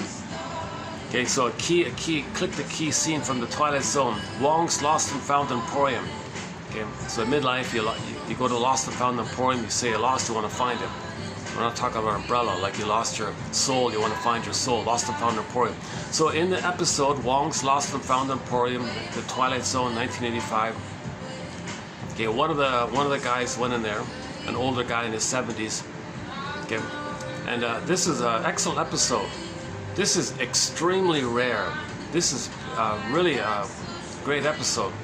This 70-year-old guy went in there, and to everybody's surprise, narcissists they're not self-aware, right? They're totally blind about themselves. They're completely blind about themselves.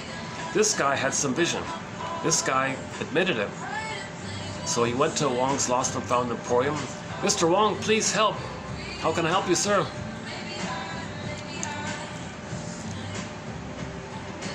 I lost normal development. I didn't have a loving mother to allow me to develop. That put me in the point of narcissism. And because I was in narcissism, I couldn't do mutuality. Okay, and because I was in narcissism, I made it all about me. I was the center, and I did that to my kids. I used my kids as supply. When they misbehaved, I was enraged at them. I was angry at them. I hurt them, trying to coerce them to supply. Now I'm in my 70s, and it finally dawns on me, my kids hate me. And now I finally believe, could it be my behavior that contributed to why my kids hate me?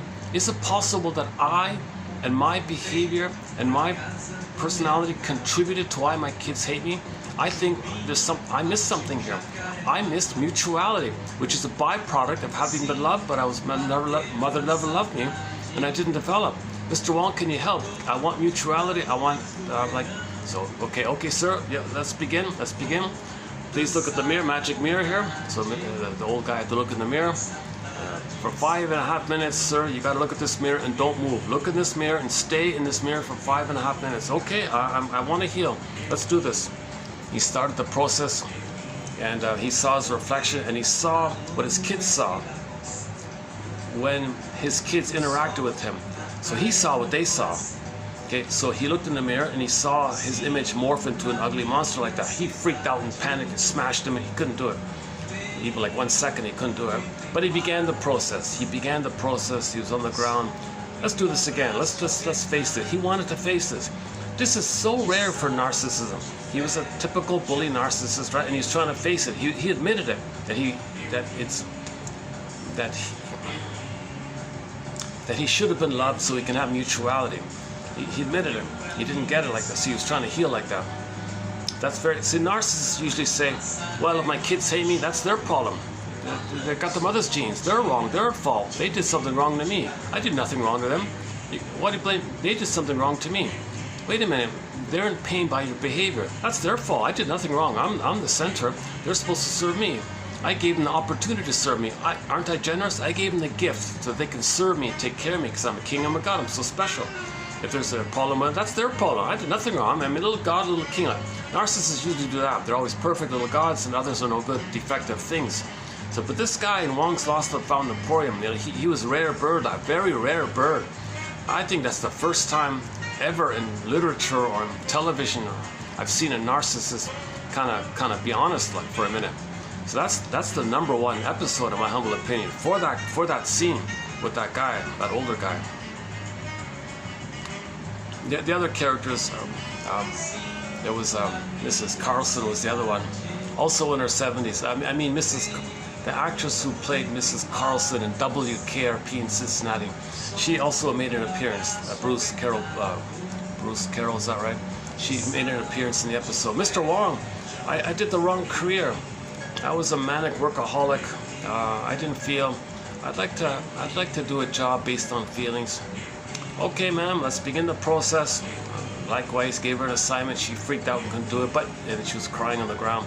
But she started her. So those two characters, classic narcissists, and in particular with the fellow, right? They're showing you that they want to heal. They're beginning the midlife audit. They're beginning the hero's journey. They're beginning the second journey. You can begin the second journey at any time over 40. So it can begin at any time.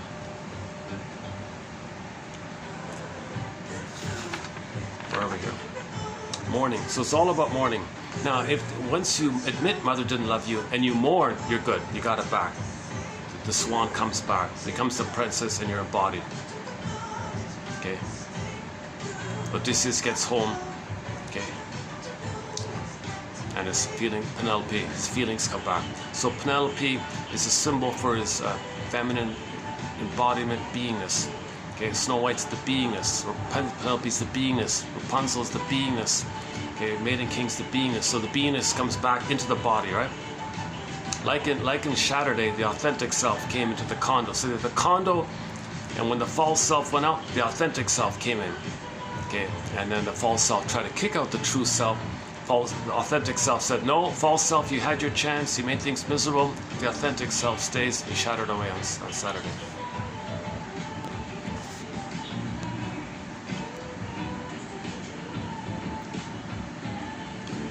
Where are we here? Experience what is. Recognize how your parents' self-aggrandizing needs made them insensitive. Absolutely. The word of the year by the Merriam-Webster Dictionary Company for 2022 was gaslighting. Okay, so mothers gaslight their babies big time, all the time, gaslighting. Okay, I can run through that, but it's double binds and gaslighting, double binds and gaslighting. Okay, why? Jesus Christ. Because she's thingifying her baby to make the baby function like a functioning breast for her, psychologically speaking. Yes, materially she gets the baby's her baby, she's the mother, but in terms of energy and relationship, okay, no, she wants to control the baby, the breast, to serve her. So so the mother originally lost the attunement with her mother. The mother didn't have the attunement. And that's what happens when you break the bond with the mother. That's what happens when you remove the cord, the placenta. You broke it like that. That's why you gotta leave the cord, leave the placenta. Somebody said the only time you're ever allowed to remove the cord prematurely is after the cord turns white and it flattens out like a pancake. Before that time, the blood and oxygen, the blue, the cord looks bluish or purplish or reddish, the blood's flowing through. You gotta leave it alone like that. Better you just wait till it drops off on its own accord. If you remove it prematurely, you did it. And now he's looking for the phantom placenta, which transfers the breast, the phantom breast. And then he's a setup to be sucked into the plunder system after that. To mourn means to see your parents as they were, to recognize what they could and couldn't do. Mourning frees you from a further hopeless search for love from one who cannot give it. She's impaired. She's incapable of loving. She doesn't have the capacity to love. She doesn't have the psychic structure, the mental mind, emotional model in the mind to love. She doesn't feel the love. She doesn't have the psychic structure to love. She doesn't have the self to love. The mother has to have a sense of self to love. She has no sense of self. Okay? She's got this false self where she imitates the mother and regresses to the time of uterus where she's a narcissistic bubble. She doesn't have an authentic sense of self. The mother's Snow White is frozen. The mother's Rapunzel is missing, and so on.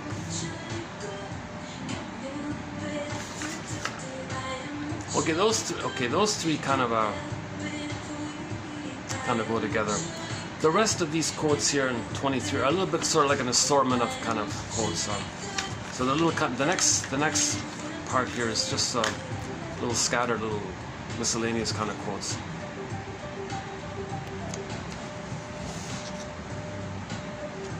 Let's see if I can, now that I'm dried up finally. Okay, oh, that's better. Oh, Jesus. Okay.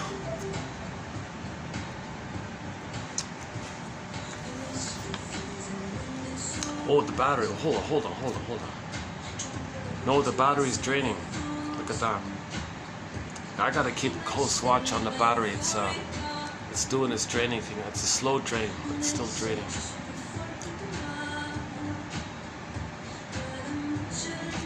Okay, when it hits 50%, I'm gonna close the video and that'll be it. Because once it goes under 50, it just zoops, it just suddenly closes on me. I've lost too many good videos with the battery suddenly draining or the thing overheating and it shuts down, then I lose the whole video. I've lost a lot of good videos. Okay, let's run through these miscellaneous ones. What time is it again? Yeah, it's only 3:20. Really? Only 3:20? You're kidding. It's only 3:20. I'm not gonna get 2 hours with this battery, am I? Okay, let's just keep going and as much as we can.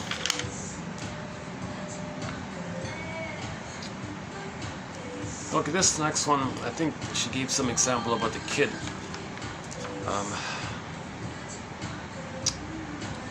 The mother, when she was a kid, she tried to give something to her mother. The mother shouted at her, kind of thing. So later on, she grew up and had a kid and did the same thing. By not accepting your child's gift as worthy of keeping and wearing, so the kid gave the mother some shirt or something. I forgot. I found these quotes like several weeks ago. I forgot what it is. By not accepting her child's gift as worthy of keeping and wearing, her mother denied the pain of her own childhood trauma, of her own love offered, rejected, demeaned, and ignored. So let's say the kid draws a painting, gives it to the mother. Oh, what rubbish, and throws it away, right? So the mother doing that is whitewashing that the mother did that to her. If the mother felt the pain of that, she wouldn't do that to the kid. If the mother can feel, she won't do it to the kid.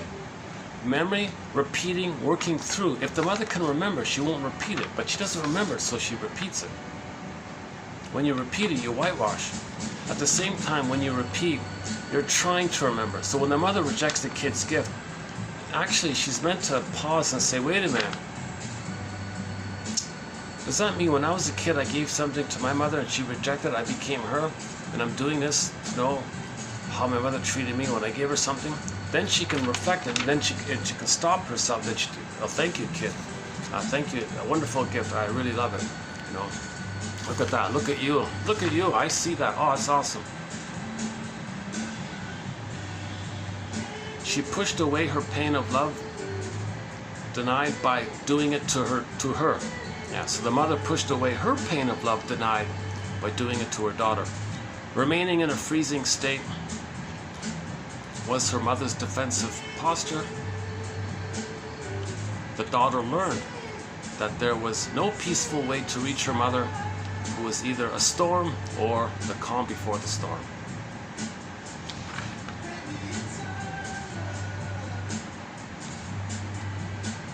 So if the mother's usually the freezing parent, either she's attacking or taking a rest, or she's, I guess it's like that, right? Usually it's constant, right? Narcissists are pretty energizer bunnies. They're pretty on it all the time, right? They're pretty hostile all the time.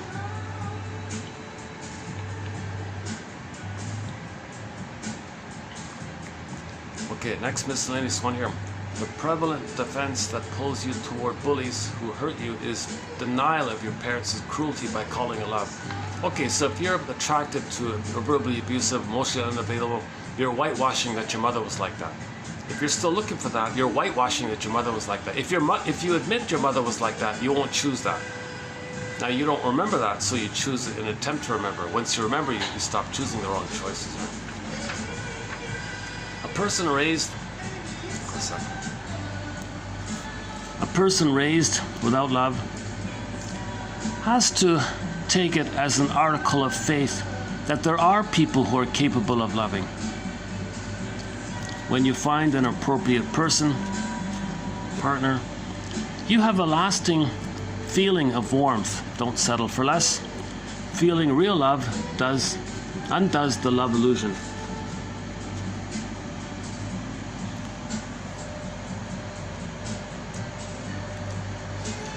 Because we tend to see you're disloyal to your mother if you admit there's love. If you reject and don't believe there's love, then you're loyal to the mother. That's what she means, right? Mother said to the baby, with me or against me, I hate you. You got to think that's love. You're with me or against me. Later on, what about real love? No, you're betraying the mother. You're feeling that.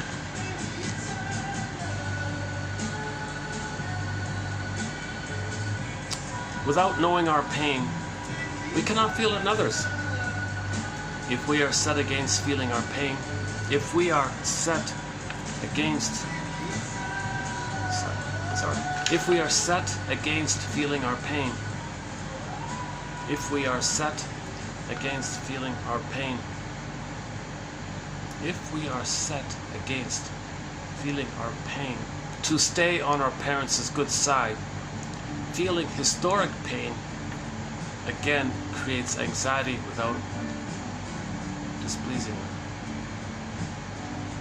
Feeling early pain is associated with recovering our memory of the events that caused it. Having memory without feeling, or vice versa, deprives us of the experience of meaning. Okay, you feel, you get more, you get meaning. So again, you gotta now try to know what you couldn't back then. Then maybe you can feel what you couldn't have felt back then. Then you're good to go. It's all about mourning. It's all about mourning. So these quotes are about trying to now understand what we couldn't back then. Baby can't understand. The baby can't know this stuff back then, but now as an adult we can know this stuff. Now the rest nature does. Okay. The firebird coming up, that's nature. Right? So a couple of points about the healing journey is in Inside Out 2. Okay, you saw the splitting with when the orb machine. You saw the character Joy popping away all the painful feelings. Okay, so it was like an either-or thing. Positive feelings they'll take, authentic the truth they'll reject. So that's splitting like that. But most of the authentic self was rejected. So most of the person was popped to the back of the mind. Then they had to ride the broccoli boat, the free association. They call it the stream of consciousness, called free association. Say what comes to mind. Tell your story. What does this remind me of? Go on. Must have a very good reason for saying this. Must have a very good reason for feeling this. Validate. Okay, and then what's the hardest thing about that? Must have a good reason for this blockness. Does it remind you of something? Maybe wearing a body is just to buy some time. And just free associate, see what spontaneously comes up. You're trying to piece together your story called free association. You're trying to reconstruct. So you free associate, say what comes to mind. That's riding the broccoli boat. And then, okay, now you don't see Baba Yaga in Inside Out 2, but at some point in the healing journey, okay, now you blend in the Maiden King. Baba Yaga appears. Okay, so she wants to know if you're gonna heal. You're not going to heal if you're still stuck with adversarial thinking, oppositional thinking, you know, win-lose, you know, either or, this kind of stuff. So Baba Yaga's testing you if you're ready to go beyond that. Because if you're going beyond that, you'll heal. If you're still stuck with either or thinking, that's the babyhood trauma of either or thinking, the paranoid schizoid mode. You're not going to heal with the paranoid schizoid mode. You're not going to heal and get your soul back if you shame others, right? Or if you find people to shame you. You're not going to heal like that. So Baba Yaga says, do you want to heal or not? Show me that you want to heal.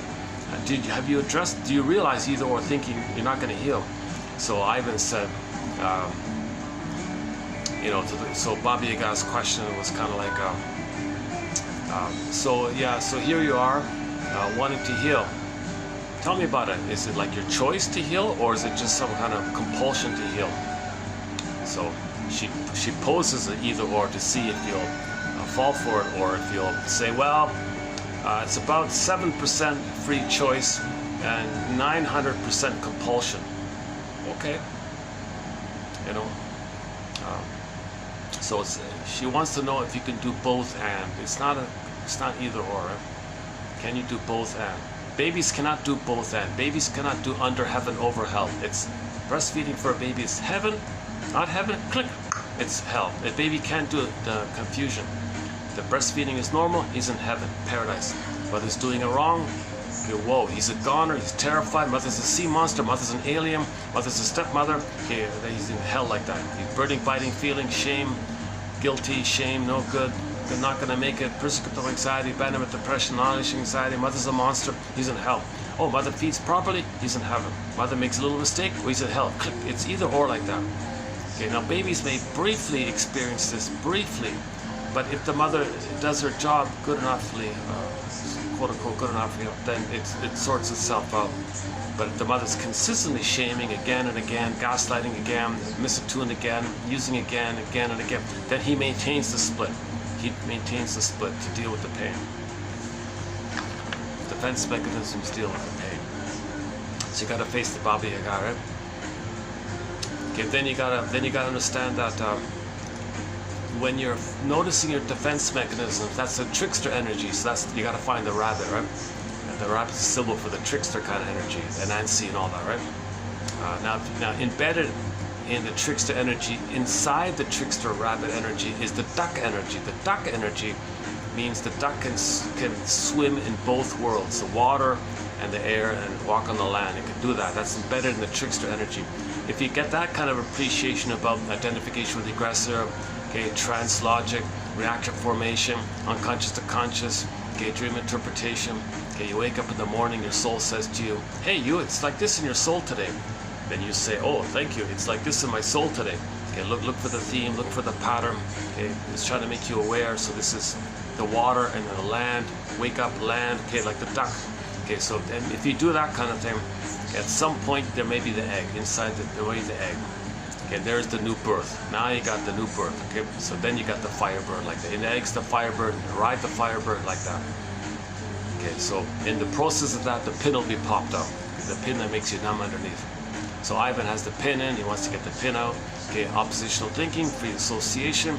Okay, identifying your defense mechanisms, all the trickery of the double think of the rabbit, trickster energy, and noticing that within it, okay, you're making the unconscious conscious. That's the duck energy. Okay, and then you're getting to a place where, okay, there may be some new life coming to you. Now you're okay. Okay, when you do all that work, okay, it'll lead to the death of unreal hope. That'll be the birth of new life. That's the egg comes in. Okay, psychoanalysis looks for an egg in a basket that's missing. Boy, why am I so... The coffee seems to have a little bit of an extra boost on me today. Oh yeah, the waitress, I know, yeah, that's true. The waitress, oh yeah, I noticed that. The waitress put less milk in it. It was more coffee and less milk. I think that's what it is, yeah. Depends on who makes it, right? Usually it's sort of half and half, right? I think this time it was mostly coffee, just a little bit of milk. Yeah, that's what it is. Yeah, that's funny. I'm not a caffeine trick. Oh, my disclaimer. Please do my disclaimer if I haven't done it already. I'm not a shrink professor. I'm not an anthropologist. Okay, I'm not a doctor like that. And sadly, as I was saying before, I haven't been analyzed, so I can't do what Lucy Freeman did in her book Fight Against Fears. I loved what she did in that book called Fight Against Fears. A very good book called Fight Against Fears, Miss Lucy Freeman. She went to a shrink. Okay, she's a journalist. She went to a shrink and wrote about her experience in the book and said in the book, my shrink told me this, and my shrink told me that, and my shrink told me this. I loved it. And we have a lot of great one-liners and zingers from the shrink that she reported on. And that shrink, Mr. John Thurrott, has no books, no articles. We only know of him by what the journalist said. So she was able to give back like that. A best-selling book, 1951, excellent book. I wish I could do the same thing. I wish I could come from that experience. You know, my shrink told me this, I could share it to you. You know, I had this, I was enlightened when my shrink told me this, and I could share that with you. Unfortunately, I haven't been analyzed. I was looking around, I was trying to get the analytic process, and I was saying before how hard it is and all that. It's hard to find now, right? If I had the funds, you know, play Joni Mitchell's song, well, play Dan McCafferty's cover of Joni Mitchell's This Flight Tonight. I'd be on this flight tonight to wherever I can find a Karen Horney or Edmund Burglar or James Masterson, you know, or Rinsley or maybe Solani or Althea Horner, some good analytic kind of person. You need to, because the other person makes it feel safe to really say it, right? to build that mind, and you absorb in how they think, and you can think the way they think. So you want to internalize how they think like a shrink, and you want to internalize them. So in lieu of that, I'm reading the books, trying to pick up how they think, you know. Where are we here? Wasn't your fault. Okay. To mourn means to see your parents as they were, to recognize what they could and couldn't do. Mourning frees you. Oh, we did this already. Okay, next one.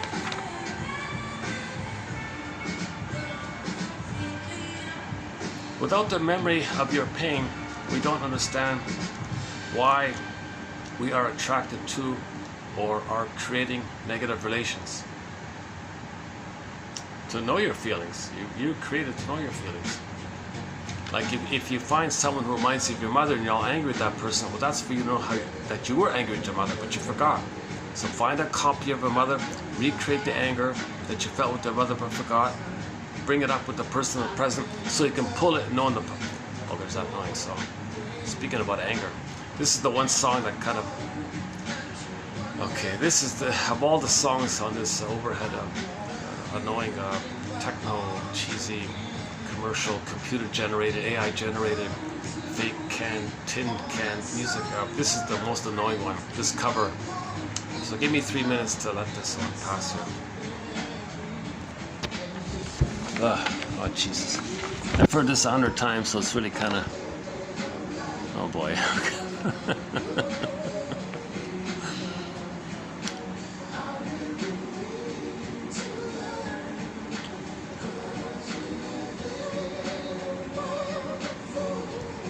If we cannot understand our history of pain, we cannot understand our present. Oh, there's a good one-liner, yeah. If we cannot understand our history of pain, we cannot understand our present. Okay, without the memory of our pain, we don't understand why we are attracted to or are creating negative relationships. We feel the need to love certain abusive people. Where is this coming from? Okay, it's unfinished business, it's unresolved with the mother.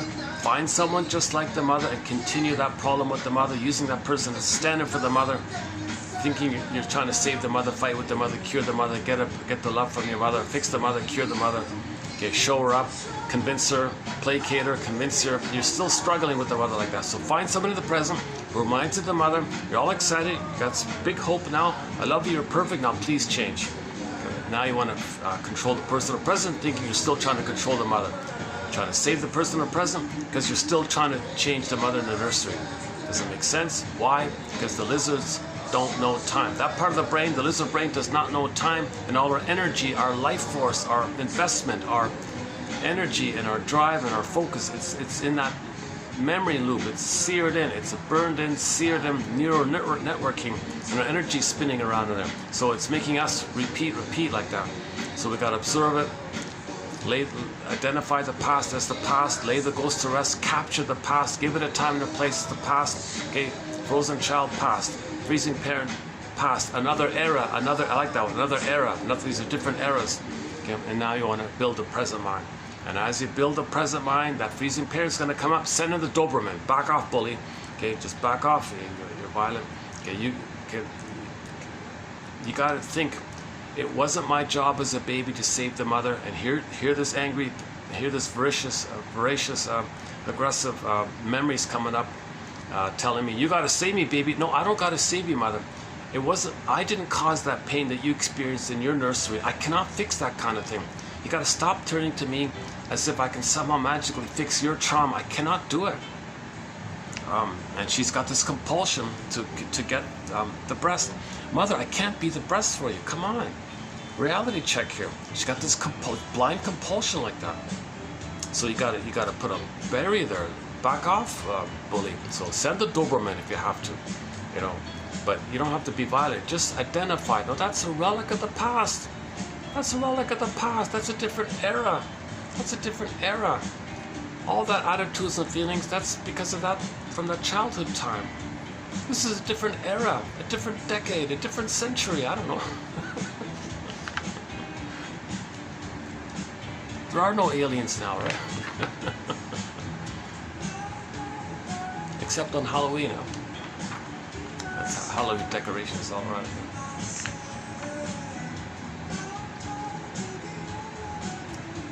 Despite our fearful repression, how do we return to our felt memory?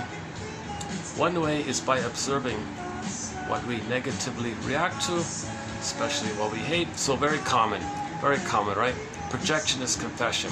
Something you hate about yourself, you see a mote beam, right? Somebody has a crumb of it, you hang your coat on it, and you hate that. Over there, it's really yours. Okay. Projection is the means of bringing this repressed material to your consciousness. Lachlan calls it a mirror defense. So you find somebody and say they are this and that, and they are this and that. It's yours. It's a mirror. Okay, you're the projectionist. The projection machine, the mechanism is in you. You're the projectionist. Okay, the contents on the film, those are your contents. The mechanism is with them. You're the projectionist. The film is your stuff. It's all you. Okay, so you project it onto the screen. It's a screen, letting you know that it's yours. Okay, so you put it out to know that it's in.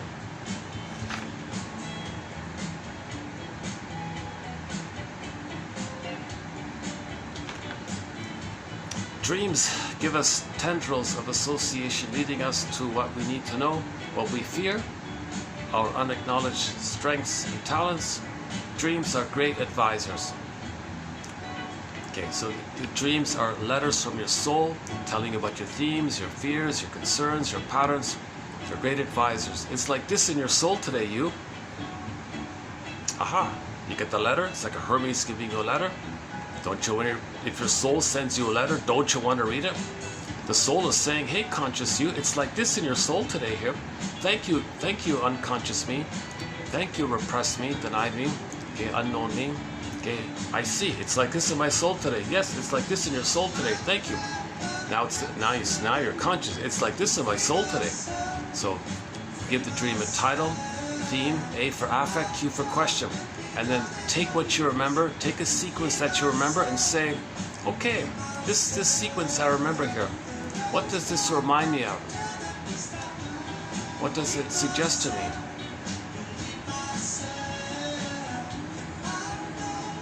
How might this be a recurring pattern or theme that I need to be aware of? It's trying to make the unconscious conscious. It's this innate drive for healing. So you wanna free associate from the dreams you get in the morning.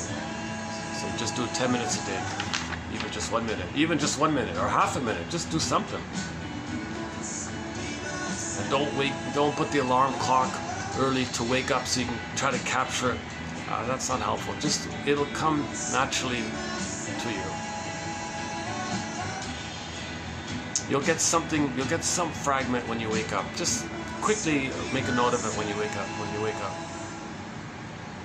A lot of people keep dream journals, little notebooks at the nightstand. They wake up, write it down what you can, and then take one of them. Sometimes it's trying to help you to feel what you couldn't have felt.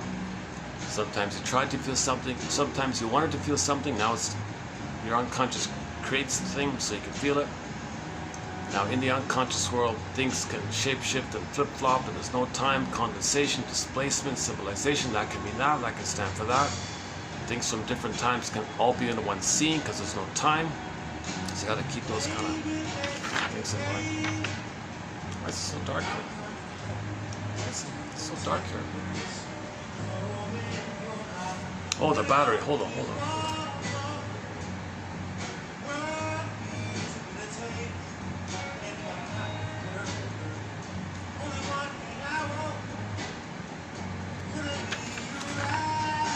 It's doing a slow drain, but it's still holding up. Okay. Where are we here?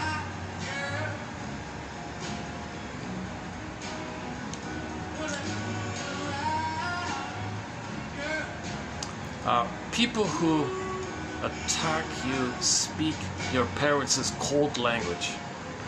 Okay, yeah, so when people are criticizing you, mocking you, if that means that person is dominated by their freezing parent puppet master in them. So if you see someone negative, okay, then you know they're in the past. They've identified the aggressor. It's co-opted them. They're in the past. They're the aggressive mother. And so if you see that, then you have empathy. You know what's going on with them. Yeah?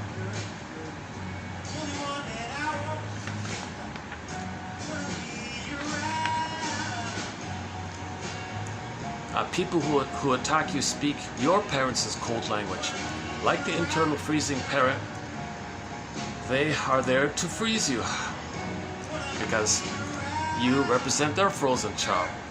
They freeze themselves, they don't want to know it, so they freeze you. You represent their frozen child. The internal freezing parent is a copy of your rejecting parents who put their self-dislike into you.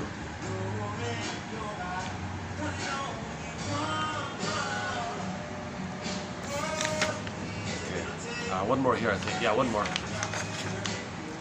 You feel safe, walled away from your true desires by staying with inadequate and inappropriate people. It's familiar, right? Familiar. Right? Mother's painful. Find painful people. It's familiar. It's family familiar. You feel safe. You think the pain is love. It's familiar. You do not fall into failure mode because if you do not win such a person, it doesn't count. Yeah, you're not stretching. You're not trying to heal. You're just in the old past all over again. Right? This defense deprives you of love. You give up seeking what you want because you think your ego will be trampled for trying to do so and failing. You treat a one-time failure as an always. Oh yeah, so the child experienced the failure with the mother, you think that's an always. So the specific intensity of the pain with the failing mother, you disperse it onto everybody and you think it's an always.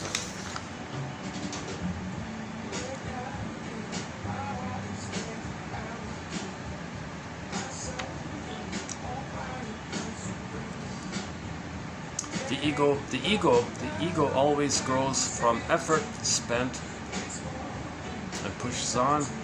Hiding away from the presumed damaging world supports the negative view you have of yourself. To not challenge one's self-rejecting beliefs is to endorse them. Okay, to not challenge one's self-rejecting beliefs is to endorse them. You're endorsing them. You're maintaining the belief in them.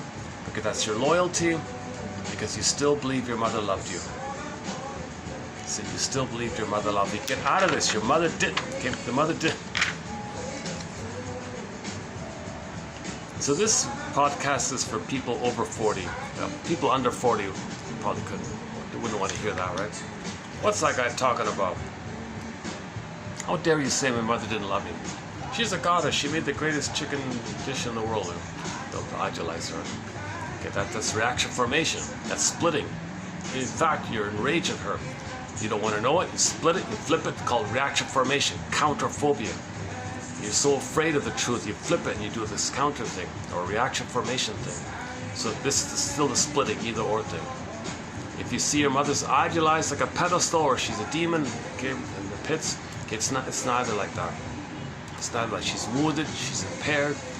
She's wounded and impaired, and she didn't have the capacity to love, so she didn't love you. Now you're free. Now you're free. Okay, feel the sadness of it all. Feel the sadness of it all. Now you're free, kind of thing.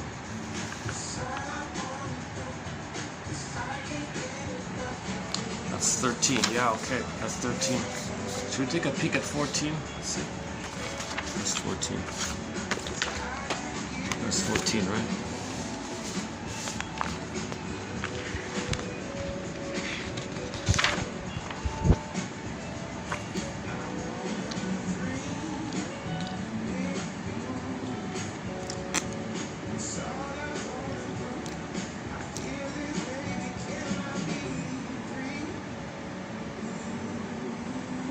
Mourning is over when you can choose a person who genuinely loves you. Forgiveness requires understanding that their anti-love was not relevant to you. Hating them for hating you binds you to the injured position, which you will replay or reverse with others. Yeah, that's a good line right there, yeah. Okay, so hating your parents because they hated you binds you to them, which you will replay or reverse onto others.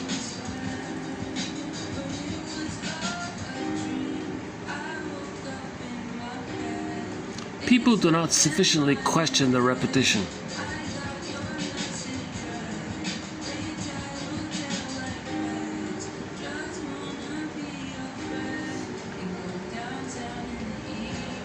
Repetition compulsion. Something in the present reminds the client of a past trauma. The anxieties it provoked are easily aroused again and again.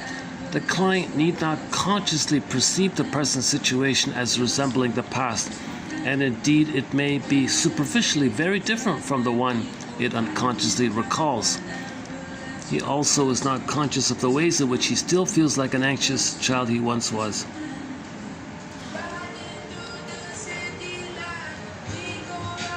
So it's so the present may look very different and all that, but something about it may remind you of the past.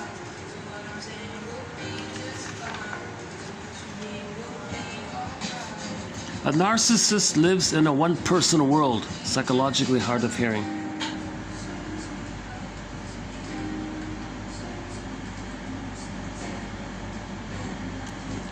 Back to narcissism. A person suffering from narcissism will tend to either choose a fellow narcissist as partner or someone who feels inadequate, invisible, and needs to hide in a relationship. This suits him just fine since he doesn't want to recognize the existence of another person. Golem explains, quote, often her mate is the child of a narcissist already indoctrinated to regard exploitation and disregard as love.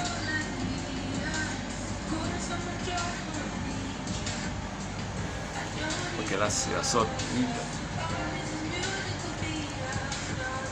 oh, it's raining, yeah, it's pouring down, yeah, okay. Maybe I should head back already, get on the SkyTrain. Oh, it's really pouring down, look at that.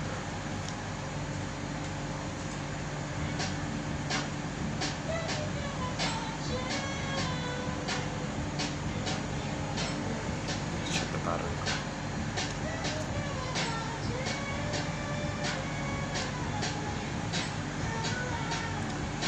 Well,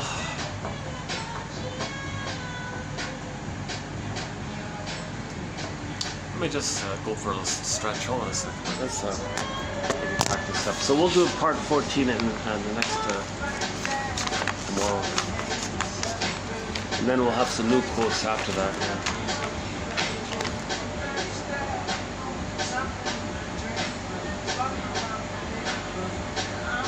So once again, for the price of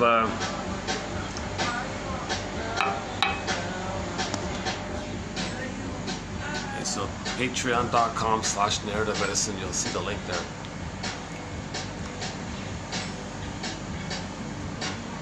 These quotes are getting harder and harder to find.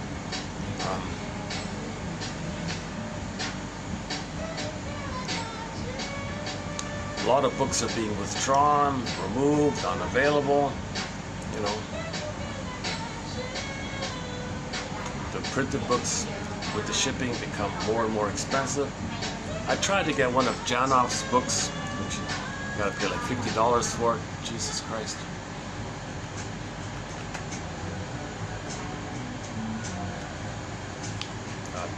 Some books are self-published, and those self-publishing companies are gone, so it's hard to get the book.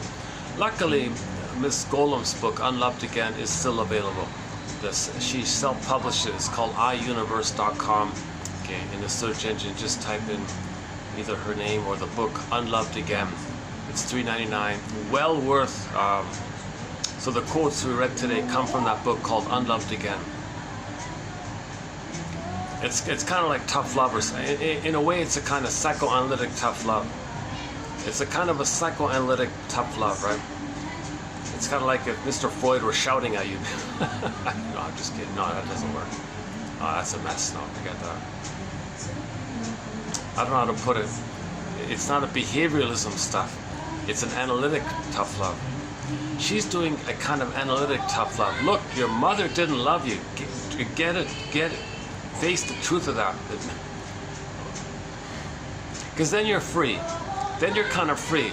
What a relief. This burden of saving this dead cargo from the past, from another era. You don't got to save that anymore. Right?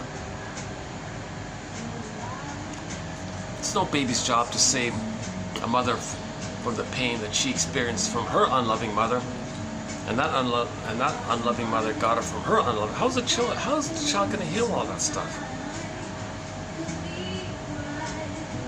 Okay, as a defense mechanism, he made the false belief in a way to manage it.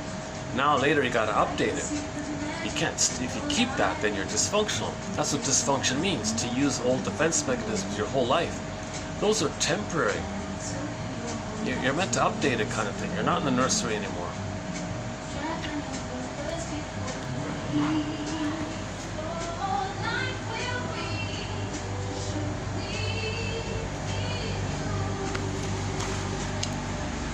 There's a a lot of Halloween decorations, right?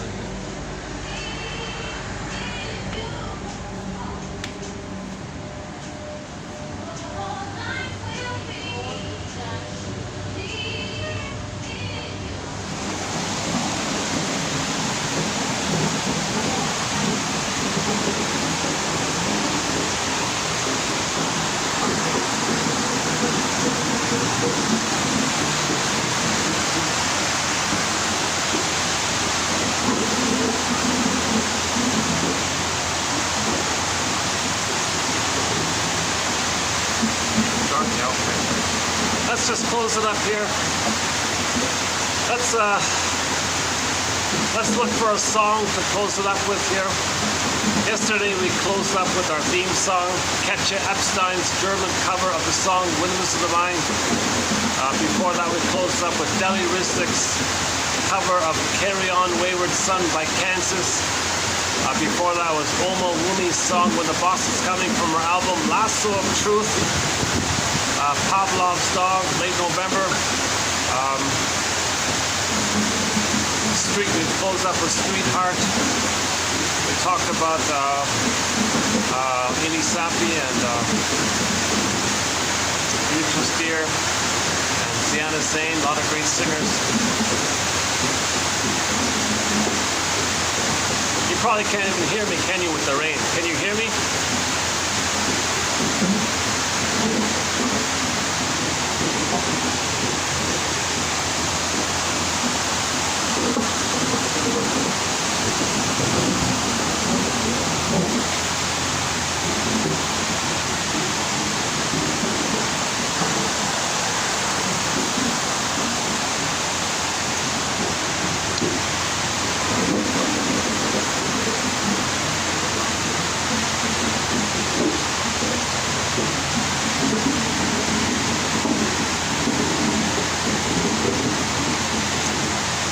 Okay, so thanks very much.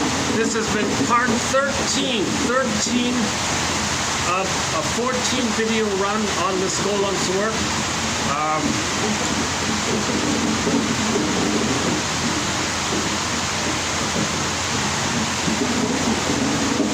So we'll conclude with part 14 in the next video.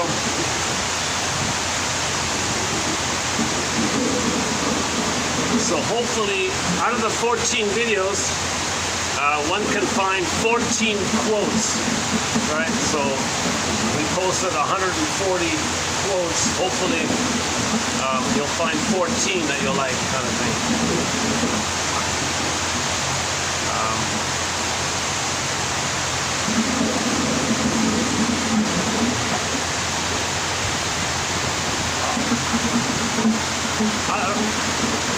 Okay. I'm still thinking that's a song about rain. We could close up with Jose Feliciano has a song called Rain. Anne Murray does a very good cover of it, Rain.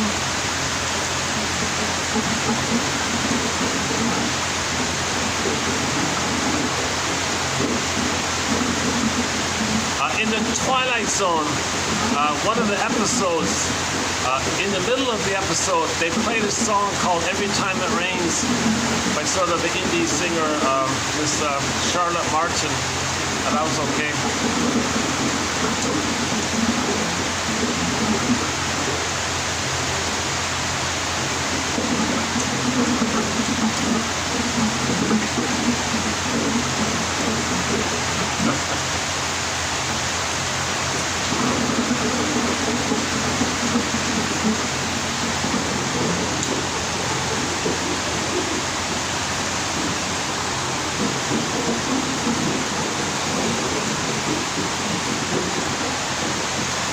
It's hard to predict, you know, either it's a shower and it'll stop in 10 minutes, or it just goes on like for hours, you know, it's hard to tell.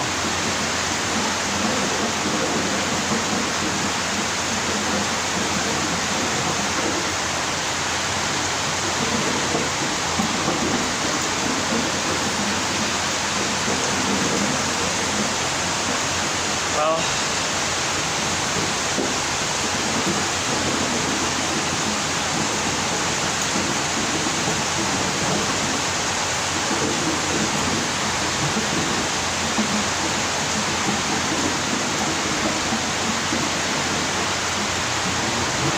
okay, so the key Twilight Zone episodes so far are, in my opinion, Wong's Lost and Found Emporium. That's a great one. Saturdays a good one. Not so much for the quality and the acting and the cynicism behind it. Memphis is a good one. Memphis, about the mentor. One Life, Furnished in Poverty, about the closing narration. The Woman with the Dog, the Doberman Pinscher one. The comedy one, Take my false life, please. A play on when the comedian says, "Take my wife, please." That one. That's an interesting one. Check out that one. Take my false life, please. What? The metaphor of hell. The metaphor of hell.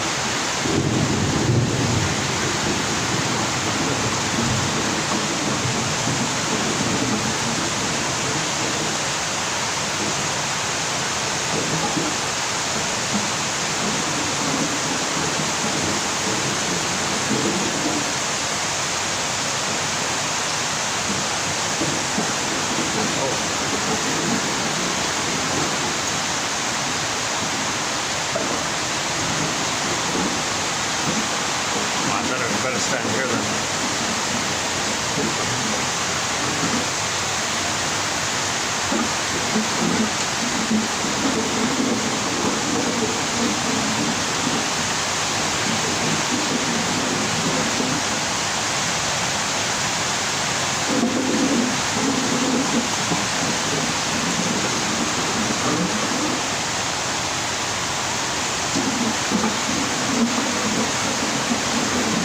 Tears in the Rain, another song with rain in the title. Okay, why don't we close up with Tears in the Rain by the classic rock band Triumph, called Tears in the Rain. I don't know why I cried these tears in the rain. Tears in the Rain.